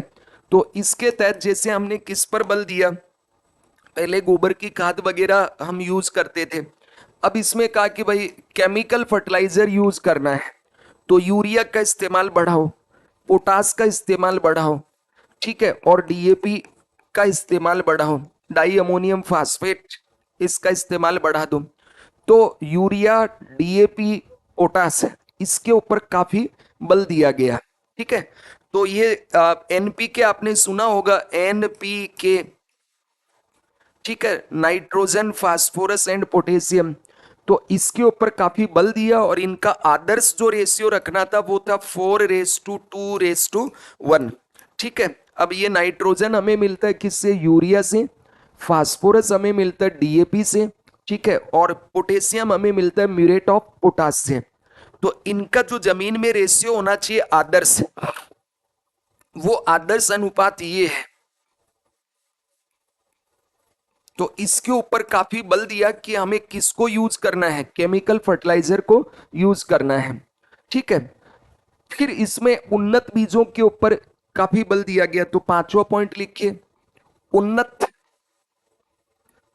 बीजों पर बल, emphasis on advance seed, emphasis on advance seed. अब इसमें कौन कौन से बीज यूज किए गए? जैसे हाइब्रिड जो सीड्स हैं, कौन से? संकर बीज, हाइब्रिड सीड्स, संकर बीज, या जेनेटिकली मॉडिफाइड सीड्स। जो जेनेटिकली मॉडिफाइड का मतलब हो गया कि किसी बीज में दूसरी प्रजाति के जीन डाले हुए हैं। किसी प्रजाति में, जैसे ये ए प्रजाति है, इसमें बी प्रजाति के जीन ट्रांसफर कर दिया जाए तो इसको हम क्या बोलेंगे? पराजीनी या जेनेटिकली मॉडिफाइड। तो अगर फसलों में किसी दूसरी प्रजाति या स्पीसीज के जीन ट्रांसफर किए जाएं तो उसको बोलते हैं जेनेटिकली मॉडिफाइड क्रॉप्स। तो क्या यूज किया गया? उन्नत बीजों का इस्तेमाल किया गया, संकर बीजों का इस्तेमाल को बढ़ावा दिया। फिर एग्रीकल्चरल मैकेनाइजेशन पर बल दिया, तो कृषि यंत्रीकरण को बढ़ावा। छठवा लिखिए, कृषि यंत्रीकरण को बढ़ावा दिया गया। Promotion of agricultural mechanisation, promotion of agricultural mechanisation, जैसे ट्रैक्टर, थ्रेसर वगैरह का यूज बढ़ा दिया। फिर ट्यूबवेल वगैरह का इस्तेमाल किया गया। तो इससे क्या हुआ? खेती बाड़ी करना थोड़ा आसान हो गया, वरना तो किसान बेचारा पछता रहता था, और उसमें उसका मेहनत तो ज्यादा लगता था। तो इसमें इसका ज्यादा यूज बढ़ा दिया गया। फिर दोस्तों इसके अंतर्गत भू संरक्षण कार्यक्रम भी चलाए, लैंड कंजर्वेशन प्रोग्राम, भू संरक्षण कार्यक्रम क्या चलाए गए? भू संरक्षण कार्यक्रम। लैंड कंजर्वेशन प्रोग्राम के परिणाम स्वरूप एक तो भूमि को बंजर होने से रोका गया, ठीक है, डेजर्ट को फैलने से रोका गया, पेड़ पौधे लगाए गए, और फिर जो बंजर भूमि थी उस पे खेती बाड़ी करना, ये सब प्रमोट किया गया। तो ये लैंड कंजर्वेशन प्रोग्राम काफी चलाया गया। फिर कई संस्थानों की स्थापना की जो कृषि विकास के लिए महत्वपूर्ण है, जैसे राष्ट्रीय बीज निगम की स्थापना, उर्वरक निगम की स्थापना, इंडियन काउंसिल ऑफ एग्रीकल्चर की स्थापना, नाबार्ड की स्थापना, ये सब बनाए गए है ना। तो इसके तहत हमने और किस पर बल दिया? तो कई, मतलब इसको ऐसे लिख लो, कृषि विकास हेतु, कृषि विकास हेतु कई संस्थाओं की स्थापना की गई।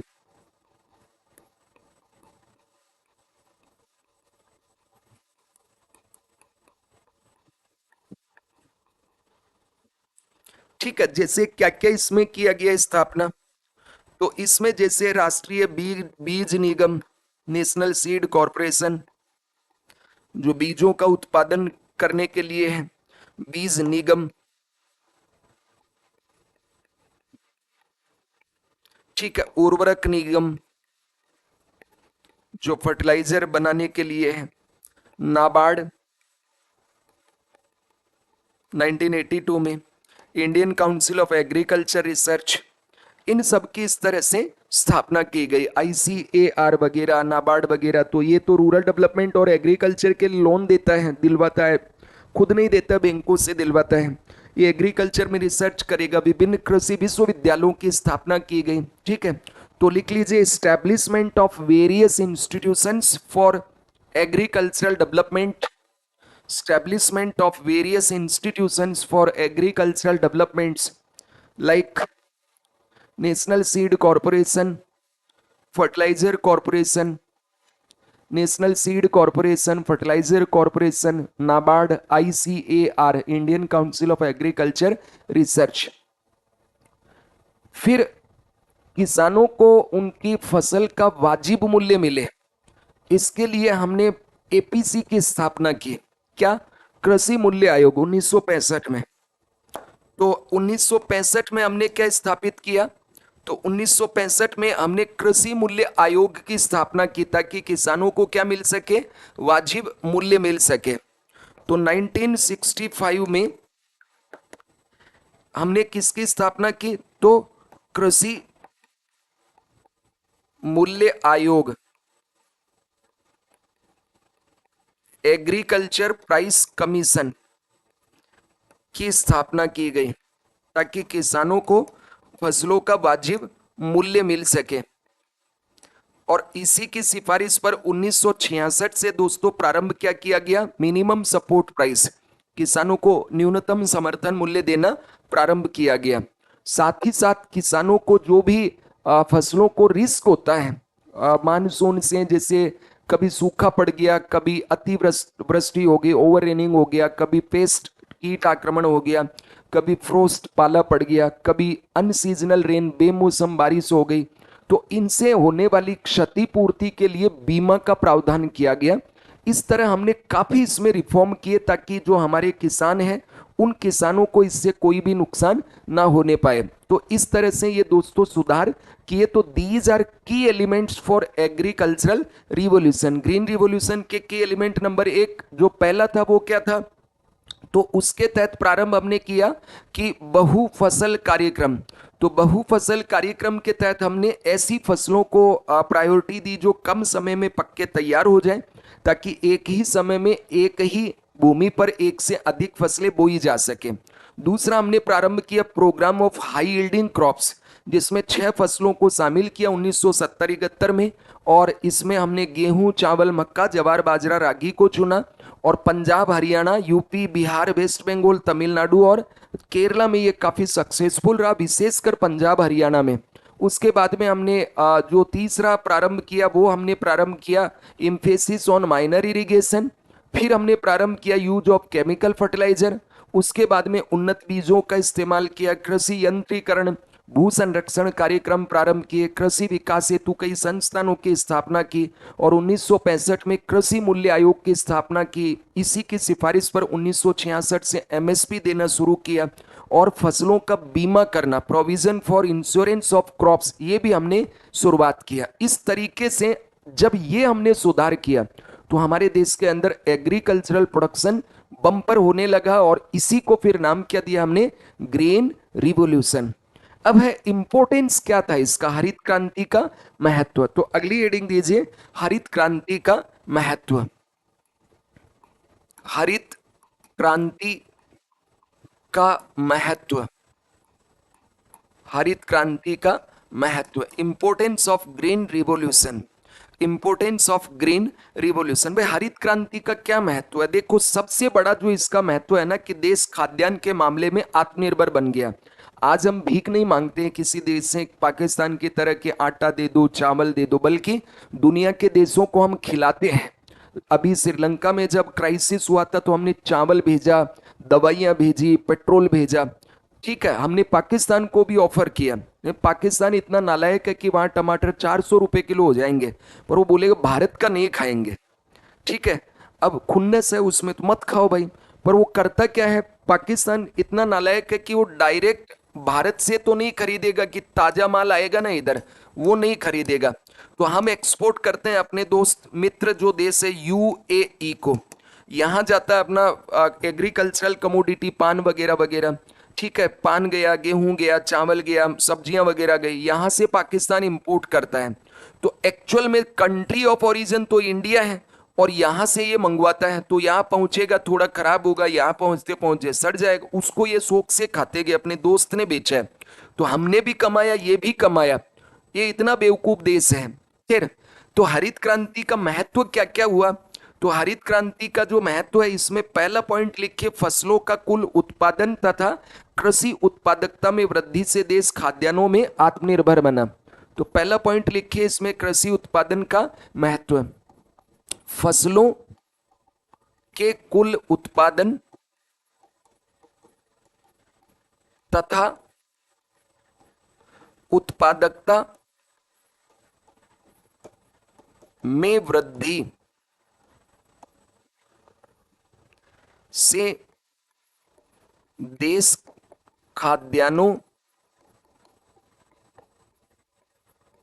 के मामले में आत्मनिर्भर बना। पहला जो सबसे महत्वपूर्ण इसका फायदा हमें मिला वो क्या है? The country become self sufficient in food grain due to increase in total production and productivity of crops. ठीक है, तो पहला इसका जो फायदा वो क्या है कि फसलों के कुल उत्पादन और उत्पादकता में वृद्धि के कारण हमारा देश खाद्यान्नों के मामले में क्या बन गया? आत्मनिर्भर। तो लिख लो इसको फटाफट, फसलों के कुल उत्पादन तथा उत्पादकता में वृद्धि से देश खाद्यान्नों के मामले में आत्मनिर्भर बन गया। The country became self sufficient in food grain, the country become self sufficient in food grains due to increase in total production, due to increase in total production and productivity of crops, due to increase in total production and productivity of crops. तो देखो यहां पे दो चीजें हुई दोस्तों, एक तो हमारे देश का कुल उत्पादन बढ़ गया। कुल उत्पादन का मतलब तो ये हो गया कि भाई पहले 100 क्विंटल था, अब हो रहा है 1000 क्विंटल, ये तो हुआ उत्पादन।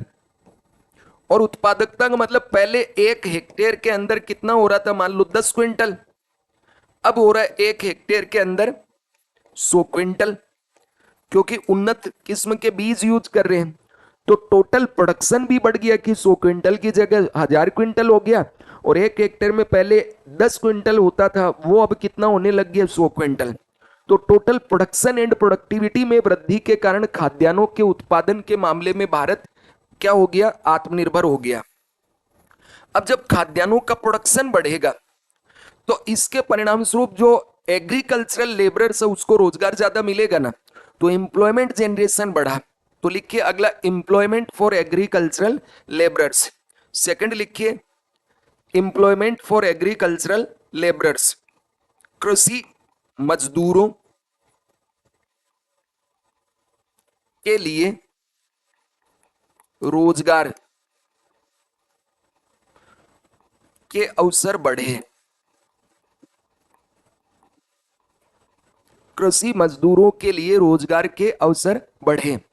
Employment for agricultural labourers, employment for agricultural labourers. ठीक है, अब एक बात बताओ, जब कृषि उत्पादन बढ़ेगा तो फायदा किसको होगा? किसान को। उसकी क्या बढ़ेगी? आय। कहाँ खर्च करेगा? गांव के बाजार में। क्या खरीदेगा? कोई सामान। तो वो वहां से जब उसकी आय बढ़ेगी तब ना खरीदेगा, तो इससे गांव की जो निर्धनता है वो कम हुई, और गांव की निर्धनता कम होगी तो लोगों के पास पैसा आएगा, गांव वालों के पास, तो गांव वाले शहर की चीजें खरीदेंगे, तो देश की गरीबी भी दूर होगी। तो increase in income of farmers there by reducing rural poverty. कल लिखवाया था ना कि इन हरित क्रांतियों ने गरीबी को कैसे कम किया। तो ये क्रांतियों से क्या हुआ? इनकम इंक्रीज हुआ किसानों का, और इनकम जब बढ़ेगा किसानों का तो इससे गांव की गरीबी दूर होगी, गांव की गरीबी दूर होगी तो देश की गरीबी दूर हो जाएगी, चूंकि परचेजिंग पावर बढ़ जाएगी। तो अगला लिखिए, किसानों की आय बढ़ी। नेक्स्ट तीसरा पॉइंट, किसानों की आय बढ़ी जिससे जिससे ग्रामीण निर्धनता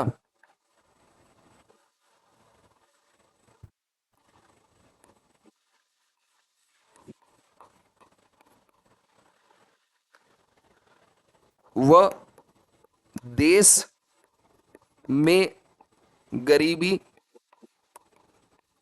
कम हुई। ठीक है, किसानों की आय बढ़ी जिससे ग्रामीण निर्धनता व देश में गरीबी कम हुई। increase in income of farmers, thereby reducing rural poverty, rural and countries poverty. फिर अगला, कृषि यंत्रीकरण को बढ़ावा मिला, कृषि यंत्रीकरण को बढ़ावा मिला, कृषि यंत्रीकरण को बढ़ावा मिला। Mechanisation of agriculture was increased, कृषि यंत्रीकरण को बढ़ावा मिला, कृषि यंत्रीकरण को बढ़ावा मिला, कृषि यंत्रीकरण को बढ़ावा मिला। Mechanisation of agriculture was increased, कृषि यंत्रीकरण को बढ़ावा मिला।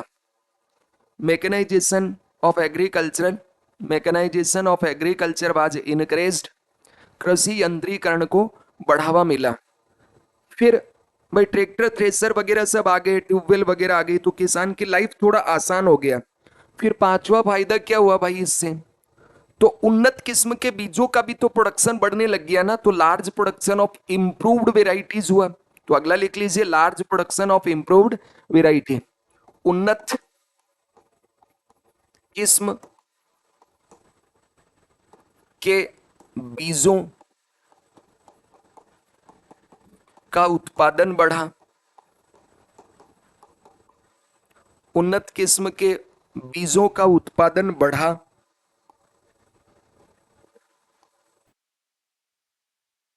उन्नत किस्म के बीजों का उत्पादन बढ़ा, large production of improved varieties, उन्नत किस्मों का उत्पादन बढ़ा। अब देखो, पहले होता था लिवलीहुड के लिए खेती करते थे किसान, आजीविका के लिए। अब कॉमर्शियल खेती होने लगी। पंजाब हरियाणा में आज कैसी खेती हो रही है, कॉमर्शियल खेती होती है। तो the trend of commercial farming was increased. तो अगला लिखिए, the trend of commercial farming was increased, व्यावसायिक खेती की प्रवृत्ति को बढ़ावा मिला, व्यावसायिक खेती की प्रवृत्ति, व्यावसायिक खेती की प्रवृत्ति, व्यावसायिक खेती की प्रवृत्ति को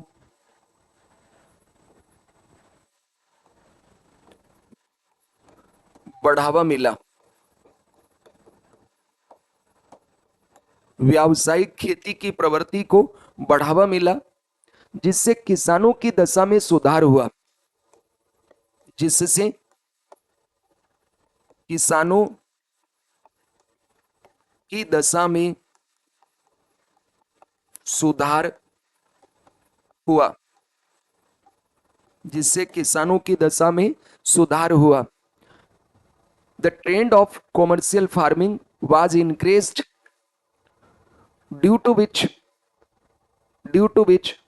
improve the condition of the farmers, financial condition of the farmers, जिससे किसानों की वित्तीय दशा में या आर्थिक दशा में सुधार हुआ।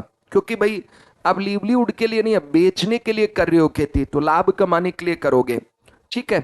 फिर मानसून पर निर्भरता कम हुई, reduction in dependence on monsoon, monsoon पर निर्भरता कम हुई,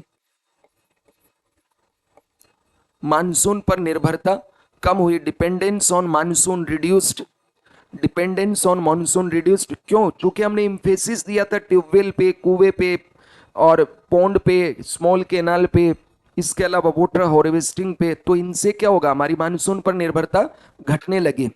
उसके बाद कृषि क्षेत्र में निवेश बढ़ा। अगला लिखिए, कृषि क्षेत्र में निवेश बढ़ा, कृषि क्षेत्र में निवेश बढ़ा, कृषि क्षेत्र में निवेश बढ़ा, कृषि क्षेत्र में निवेश बढ़ा, कृषि क्षेत्र में निवेश बढ़ा। तो एग्रीकल्चर सेक्टर में इन्वेस्टमेंट बढ़ने से प्रोडक्शन बढ़ेगा, किसानों को भी फायदा होगा इससे। तो investment in agriculture sector increased, investment in agriculture sector increased. और फिर कृषि का वैज्ञानिकरण भी तो हुआ, कृषि का वैज्ञानिकरण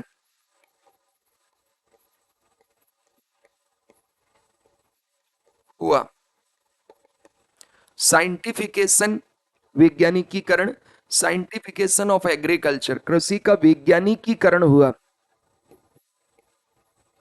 कृषि का वैज्ञानिकीकरण हुआ। साइंटिफिकेशन ऑफ एग्रीकल्चर मतलब कि भाई रिसर्च होने लगा, नया नया बीज आने लग गए, नई तकनीक आने लग गई। तो ये जो रिसर्च हो रहा है बीज में, खाद में, पेस्टिसाइड में, सब चीजों में हो रहा है, तो मैकेनाइजेशन बढ़ा। फिर किसानों को उचित मूल्य का लाभ मिलने लगा, एमएसपी का लाभ मिलने लगा, cold storage, warehouse, transportation, सब में सुधार हुआ। तो इसके कारण हमारे देश में एग्रीकल्चरल प्रोडक्टिविटी काफी बढ़ी। अब दोस्तों इसकी कुछ लिमिटेशंस भी हैं। तो अगला लिखिए हरित क्रांति की सीमाएं। हरित क्रांति की सीमाएं, हरित क्रांति की सीमाएं, लिमिटेशन ऑफ ग्रीन रिवॉल्यूशन। हरित क्रांति की सीमाएं, limitation of green revolution, limitations of green revolution. देखो हरित क्रांति वैसे तो बहुत महत्वपूर्ण रही है कि इससे भारत आत्मनिर्भर बन गया, किसान की स्थिति सुधरी है, हम निर्यात भी करने लग गए, बट इसके कुछ लिमिटेशंस, कुछ चुनौतियां, साइड इफेक्ट मान लो वो भी देखने को मिले। जैसे लिमिटेड ऑन सेलेक्टेड क्रॉप्स, पहला जो सबसे बड़ा इसका नुकसान हुआ वो क्या है, केवल सीमित फसलों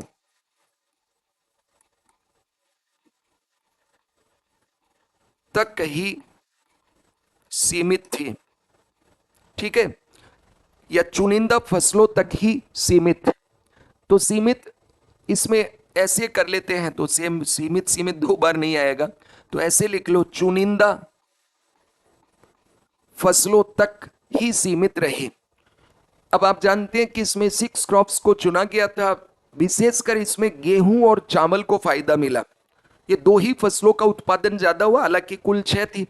तो हम इसमें पल्सेस में पिछड़ गए, हम तिलहन में पिछड़ गए। तो इसका प्रभाव क्या पड़ा चुनिंदा फसलों तक सीमित होने के कारण, तो limited to selected crops, due to this production decreased due to reduced investment in pulses and oil seed sector. And even today we import pulses and oil seed from abroad, आज भी हम इंपोर्ट करते हैं इसका। तो ये एक बहुत बड़ी दिक्कत थी। और ये क्यों हुआ, तो हरित क्रांति में चूंकि हमने कुछ चुनी हुई फसलों को चुना था, विशेषकर गेहूं, चावल, मक्का, ज्वार, बाजरा, इसमें भी गेहूं और चावल पर विशेष फोकस दिया, क्योंकि उस समय रोटी चाहिए, दाल और ये इसके बगैर काम चल जाएगा, तेल के बगैर काम चले, जिंदा रहने के लिए हमें रोटी चाहिए। इसलिए उस जमाने में जो फिल्में आती थी उसमें क्या था, अम्मा मेरे लिए एक रोटी का टुकड़ा दे दो, यानी वो समाज को दिखा रहा है, ठीक है। तो इस तरीके से भुखमरी को मिटाने के लिए हमारा प्रायोरिटी था। लेकिन साइड इफेक्ट तो है ना, आज भी भुगत रहे हैं कि दालें बहुत महंगी है, तिलहन बहुत महंगा है। फिर लिमिटेड ऑन सेलेक्टेड एरिया, सीमित क्षेत्रों पर ही प्रभाव रहा, सीमित क्षेत्रों पर ही प्रभाव रहा, ठीक है। तो इंपैक्ट ऑन लिमिटेड एरिया, जैसे आपने देखा कि पंजाब, हरियाणा, यूपी का कुछ हिस्सा, बिहार का कुछ हिस्सा, वेस्ट बंगाल, तमिलनाडु और केरला, वहां ये चली। लेकिन इसका मैक्सिमम फायदा कहां मिला, तो दोस्तों इसका मैक्सिमम फायदा मिला पंजाब, हरियाणा। तो पंजाब और हरियाणा के जो किसान है वो बहुत अमीर हैं और बाकी देश के किसान है वो बहुत गरीब हैं। तो ये एक इनइक्वालिटी, विशेषकर रीजनल इनइक्वालिटी, क्षेत्रीय विषमता जो कृषि में पाई जाती है उसका भी कारण बना है। तो impact on limited area, because this revolution is very successful in Punjab and Haryana and this has increased the regional inequality। आज भी आप देखते हैं पंजाब हरियाणा के किसान हैं, वो कई कई किसान तो लखपति, करोड़पति, हालांकि किसानों को करोड़पति हो तो बुरा क्या है, उनके पास भी मर्सिडीज हो, कारें हो, उनका भी घर बंगला जैसा हो, उनके घर में भी एसी हो, किसान को भी सब अधिकार है। पर मेरा यहाँ केवल कंसर्न है कि भाई कुछ ही किसानों तक जहां ये चला, बाकी मध्य प्रदेश, राजस्थान, गुजरात, महाराष्ट्र, तमिलनाडु का जो इधर का पार्ट है, कर्नाटका का पार्ट है, आंध्रा वगैरह, वेस्टर्न जो नॉर्थ ईस्ट है, कश्मीर है, हिमाचल वगैरह, वहां के किसान इतने ज्यादा समृद्ध नहीं हो पाए, तो कुछ तक ही सीमित रहा। फिर बेनिफिट टू बिग फार्मर, बड़े किसानों को ज्यादा फायदा रहा। तो बड़े किसानों को ज्यादा लाभ मिला, छोटे किसानों को नहीं। ठीक है, बेनिफिट टू बिग फार्मर्स। तो इससे जो किसानों की आय उसमें असमानता हो गई। जो बड़े किसान है उसको खाद बीज सब्सिडी मशीन तकनीक आदि का फायदा ज्यादा मिला, क्योंकि हमें उत्पादन बढ़ाना था देश में। तो due to this inequality in the income of farmers has increased, कि उनमें भी बहुत ज्यादा इनइक्वालिटी आने लगे। फिर side effect use of chemical fertilisers, जो रासायनिक उर्वरकों का प्रयोग है उसका भी तो दुष्परिणाम आया। तो रासायनिक उर्वरकों के उपयोग का दुष्परिणाम, side effects of use of chemical fertilisers. देखो, हमने एनपीके को बढ़ावा दिया उत्पादन को बढ़ावा देने के लिए, लेकिन दोस्तों इसके कारण क्या हुआ, जब तुम एक्सेसिव यूज करोगे, बोलते हैं ना अति सर्वत्र वर्जियत, तो यद्यपि हमारी मजबूरी थी कि भाई देश में भूखमरी थी उसको मिटाना था, लेकिन हमने इतना यूरिया डाला कि उसके कारण हमारी मिट्टी बंजर हो गई, इनफर्टाइल हो गई लैंड। और लैंड में जो हमारा ग्राउंड वाटर है वो भी क्या हुआ, कंटामिनेट हो गया, दूषित हो गया। फिर मानव स्वास्थ्य पे भी नेगेटिव प्रभाव आने लगा, जो कीट पतंगे या पशु पक्षी थे उनके ऊपर भी साइड इफेक्ट आने लगा। तो हमारे जो पुरखे बड़े बूढ़े वो आज कहते हैं ना, कुछ कस ही नहीं है खाने में, केमिकल तो खा रहे तो कहां से कस आएगा। फ्रूट्स खा लो, सब्जी खा लो, खूब खाते हैं बच्चे, सब में वही है, कस नहीं है, कुछ है ही नहीं। पहले वाले जो हमारे नागरिक होते थे वो आज की तरह क्रेन ब्रेन नहीं होती थी, ये राजे महाराजे उनसे जितने महल वगैरह बनाते थे, बावड़ियां बनाती, बड़ी बड़ी सिल्ला कहां से लेके चले गए, तो उनमें ताकत होती थी। अब सब मशीनों से काम हो रहा है। ठीक है, तो कहने का मतलब क्या हो गया कि अब खाने में कुछ बचा ही नहीं है, सब केमिकल का बना हुआ है। रात को इंजेक्शन लगाते हैं, सुबह लोग की इतनी बड़ी हो गई बढ़ के, कद्दू इतना मोटा हो गया फूल के। तो ये इस तरह से केमिकल से बन रहा है, छिड़काव खूब हो रहा है इनसे। तो ये बहुत बड़ी दिक्कत पैदा कर रहा है। तो excessive use of chemical fertilisers and pesticide made the land infertile, due to this ground water environment and living beings and also human beings harmed.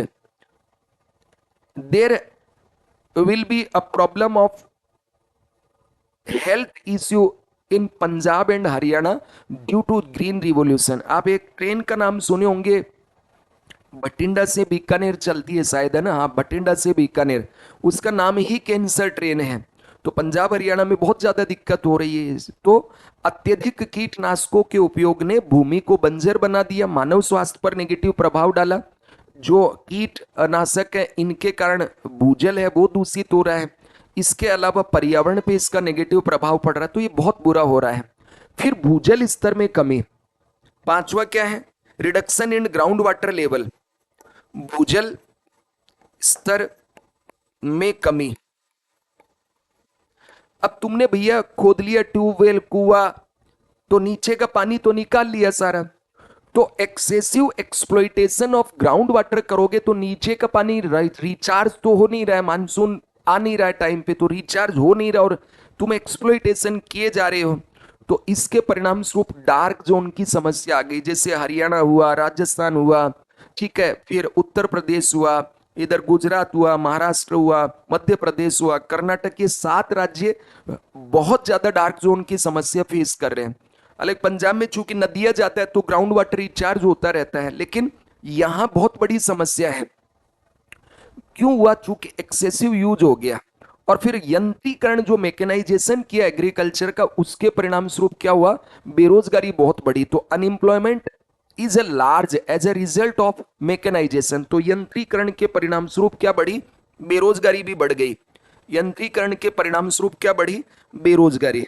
तो छठवा इसमें आप लिखिए, यंत्रीकरण के परिणाम स्वरूप बेरोजगारी। यंत्रीकरण के परिणाम स्वरूप बेरोजगारी बढ़ी। अब तुम कहोगे कि सर पॉजिटिव में तो आपने लिखा था कि एम्प्लॉयमेंट बढ़ा कृषि श्रमिकों के लिए, यस बढ़ा था, लेकिन धीरे धीरे अब सारा सब कुछ ऑटोमेटिक हो गया, तो फिर बेरोजगारी भी बढ़ रही है। तो ये सब इसकी आलोचनाएं हैं। अब क्या ये एकदम ही बुरी है क्या, अगर ऐसा था तो फिर हमने चलाया ही क्यों? नहीं दोस्तों, ग्रीन रिवॉल्यूशन की भले ही ये सब आलोचनाएं हैं, बट इन सब के बावजूद भी हरित क्रांति ने कृषि क्षेत्र में विकास जो किया है वो हम भुला नहीं सकते हैं। तो हरित क्रांति ने कृषि के विकास में अभूतपूर्व योगदान दिया है, भले ही इसकी कुछ कमियां हैं। इसने तात्कालिक जो खाद्य संकट था भारत में उसको दूर किया, न केवल उसको दूर किया बल्कि भारत को खाद्यान्नों में आत्मनिर्भर बनाया, और आज भारत जो कृषि वस्तु है इसका निर्यात भी कर रहा है। तो आगे लास्ट में लिख दीजिए, उपयुक्त आलोचनाओं के बावजूद भी डिस्पाइट द अबोव क्रिटिसिजम्स, उपयुक्त आलोचनाओं के बावजूद भी despite the above criticisms, the green revolution has made an unprecedented contribution, the green revolution has made an unprecedented contribution to the development of the agriculture sector. उपयुक्त आलोचनाओं के बावजूद भी कृषि क्षेत्र ने हरित क्रांति ने कृषि क्षेत्र के विकास में अभूतपूर्व योगदान दिया है, अभूतपूर्व योगदान दिया है। And by removing the immediate food crisis, and by removing the immediate food crisis, यानी जो बताया था ना मैंने घटना की, पाकिस्तान के कहने पर जो अमेरिका ने सड़ा हुआ गेहूं भेज दिया तो फूड क्राइसिस हो गया था भारत में। And by removing the immediate food crisis, तथा तात्कालिक खाद्यान्न संकट को समाप्त कर, तात्कालिक खाद्यान्न संकट को समाप्त कर, तात्कालिक खाद्यान्न संकट को समाप्त कर न केवल देश को खाद्यान्नों में आत्मनिर्भर बनाया, not only made the country self sufficient, not only made the country self sufficient in food production, not only made the country self-sufficient in food production, but also exported agricultural commodities, but also exported agricultural commodities। देश को न केवल खाद्यान्न उत्पादन में आत्मनिर्भर बनाया, देश को न केवल खाद्यान्न उत्पादन में आत्मनिर्भर बनाया, अपितु कृषिगत वस्तुओं का निर्यात भी किया जाने लगा है, कृषिगत वस्तुओं का निर्यात भी किया जाने लगा है। जैसे चावल निर्यात में भारत दुनिया में नंबर 1 पे आ गया है। ठीक है, तो ये हमारे लिए बहुत बड़ी उपलब्धि है, जो पहले हम दूसरे देशों से इंपोर्ट कर रहे थे, आज हम एक्सपोर्ट कर रहे हैं, और एक्सेसिव प्रोडक्शन हो रहा है इनका। इसलिए सरकार कह रही है कि भाई चावल गेहूं के बजाय तुम दालों का उत्पादन करो, तिलहन का उत्पादन करो। बात समझ रहे हैं ना? तो ये इस ग्रीन रिवॉल्यूशन के परिणाम स्वरूप ही हुआ। तो हरित क्रांति के जनक कौन है? Norman E Borlaug. भारत में कौन थे? M S Swaminathan. और ये शब्द किसने दिया? विलियम गेड ने 1968 में। ठीक है, तो ये आपको ध्यान रखना। अब आज का मेंस का प्रश्न आपके लिए क्या हो गया? पहला प्रश्न लिख लो, कमेंट ऑन ग्रीन रिवॉल्यूशन, हरित क्रांति पर टिप्पणी करें। कमेंट ऑन ग्रीन रिवॉल्यूशन, हरित क्रांति पर टिप्पणी करें। Comment on green revolution. दूसरा लिखिए, हरित क्रांति का आलोचनात्मक परीक्षण करें। हरित क्रांति का आलोचनात्मक परीक्षण करें। Critically evaluate the green revolution, critically evaluate the green revolution. हरित क्रांति का आलोचनात्मक परीक्षण करें। Critically evaluate the green revolution. Next, हरित क्रांति के मुख्य तत्व क्या थे? What are the key element of green revolution? What are the key element of green revolution? तो दोस्तों कल संडे है, संडे इज फंडे। आराम कीजिए, रिवीजन कीजिए, फिर मिलेंगे मंडे को ठीक 7 बजे। तब तक के लिए शुभ रात्रि, अपना ध्यान रखिए, पढ़ते रहिए, खुश रहिए। Good night.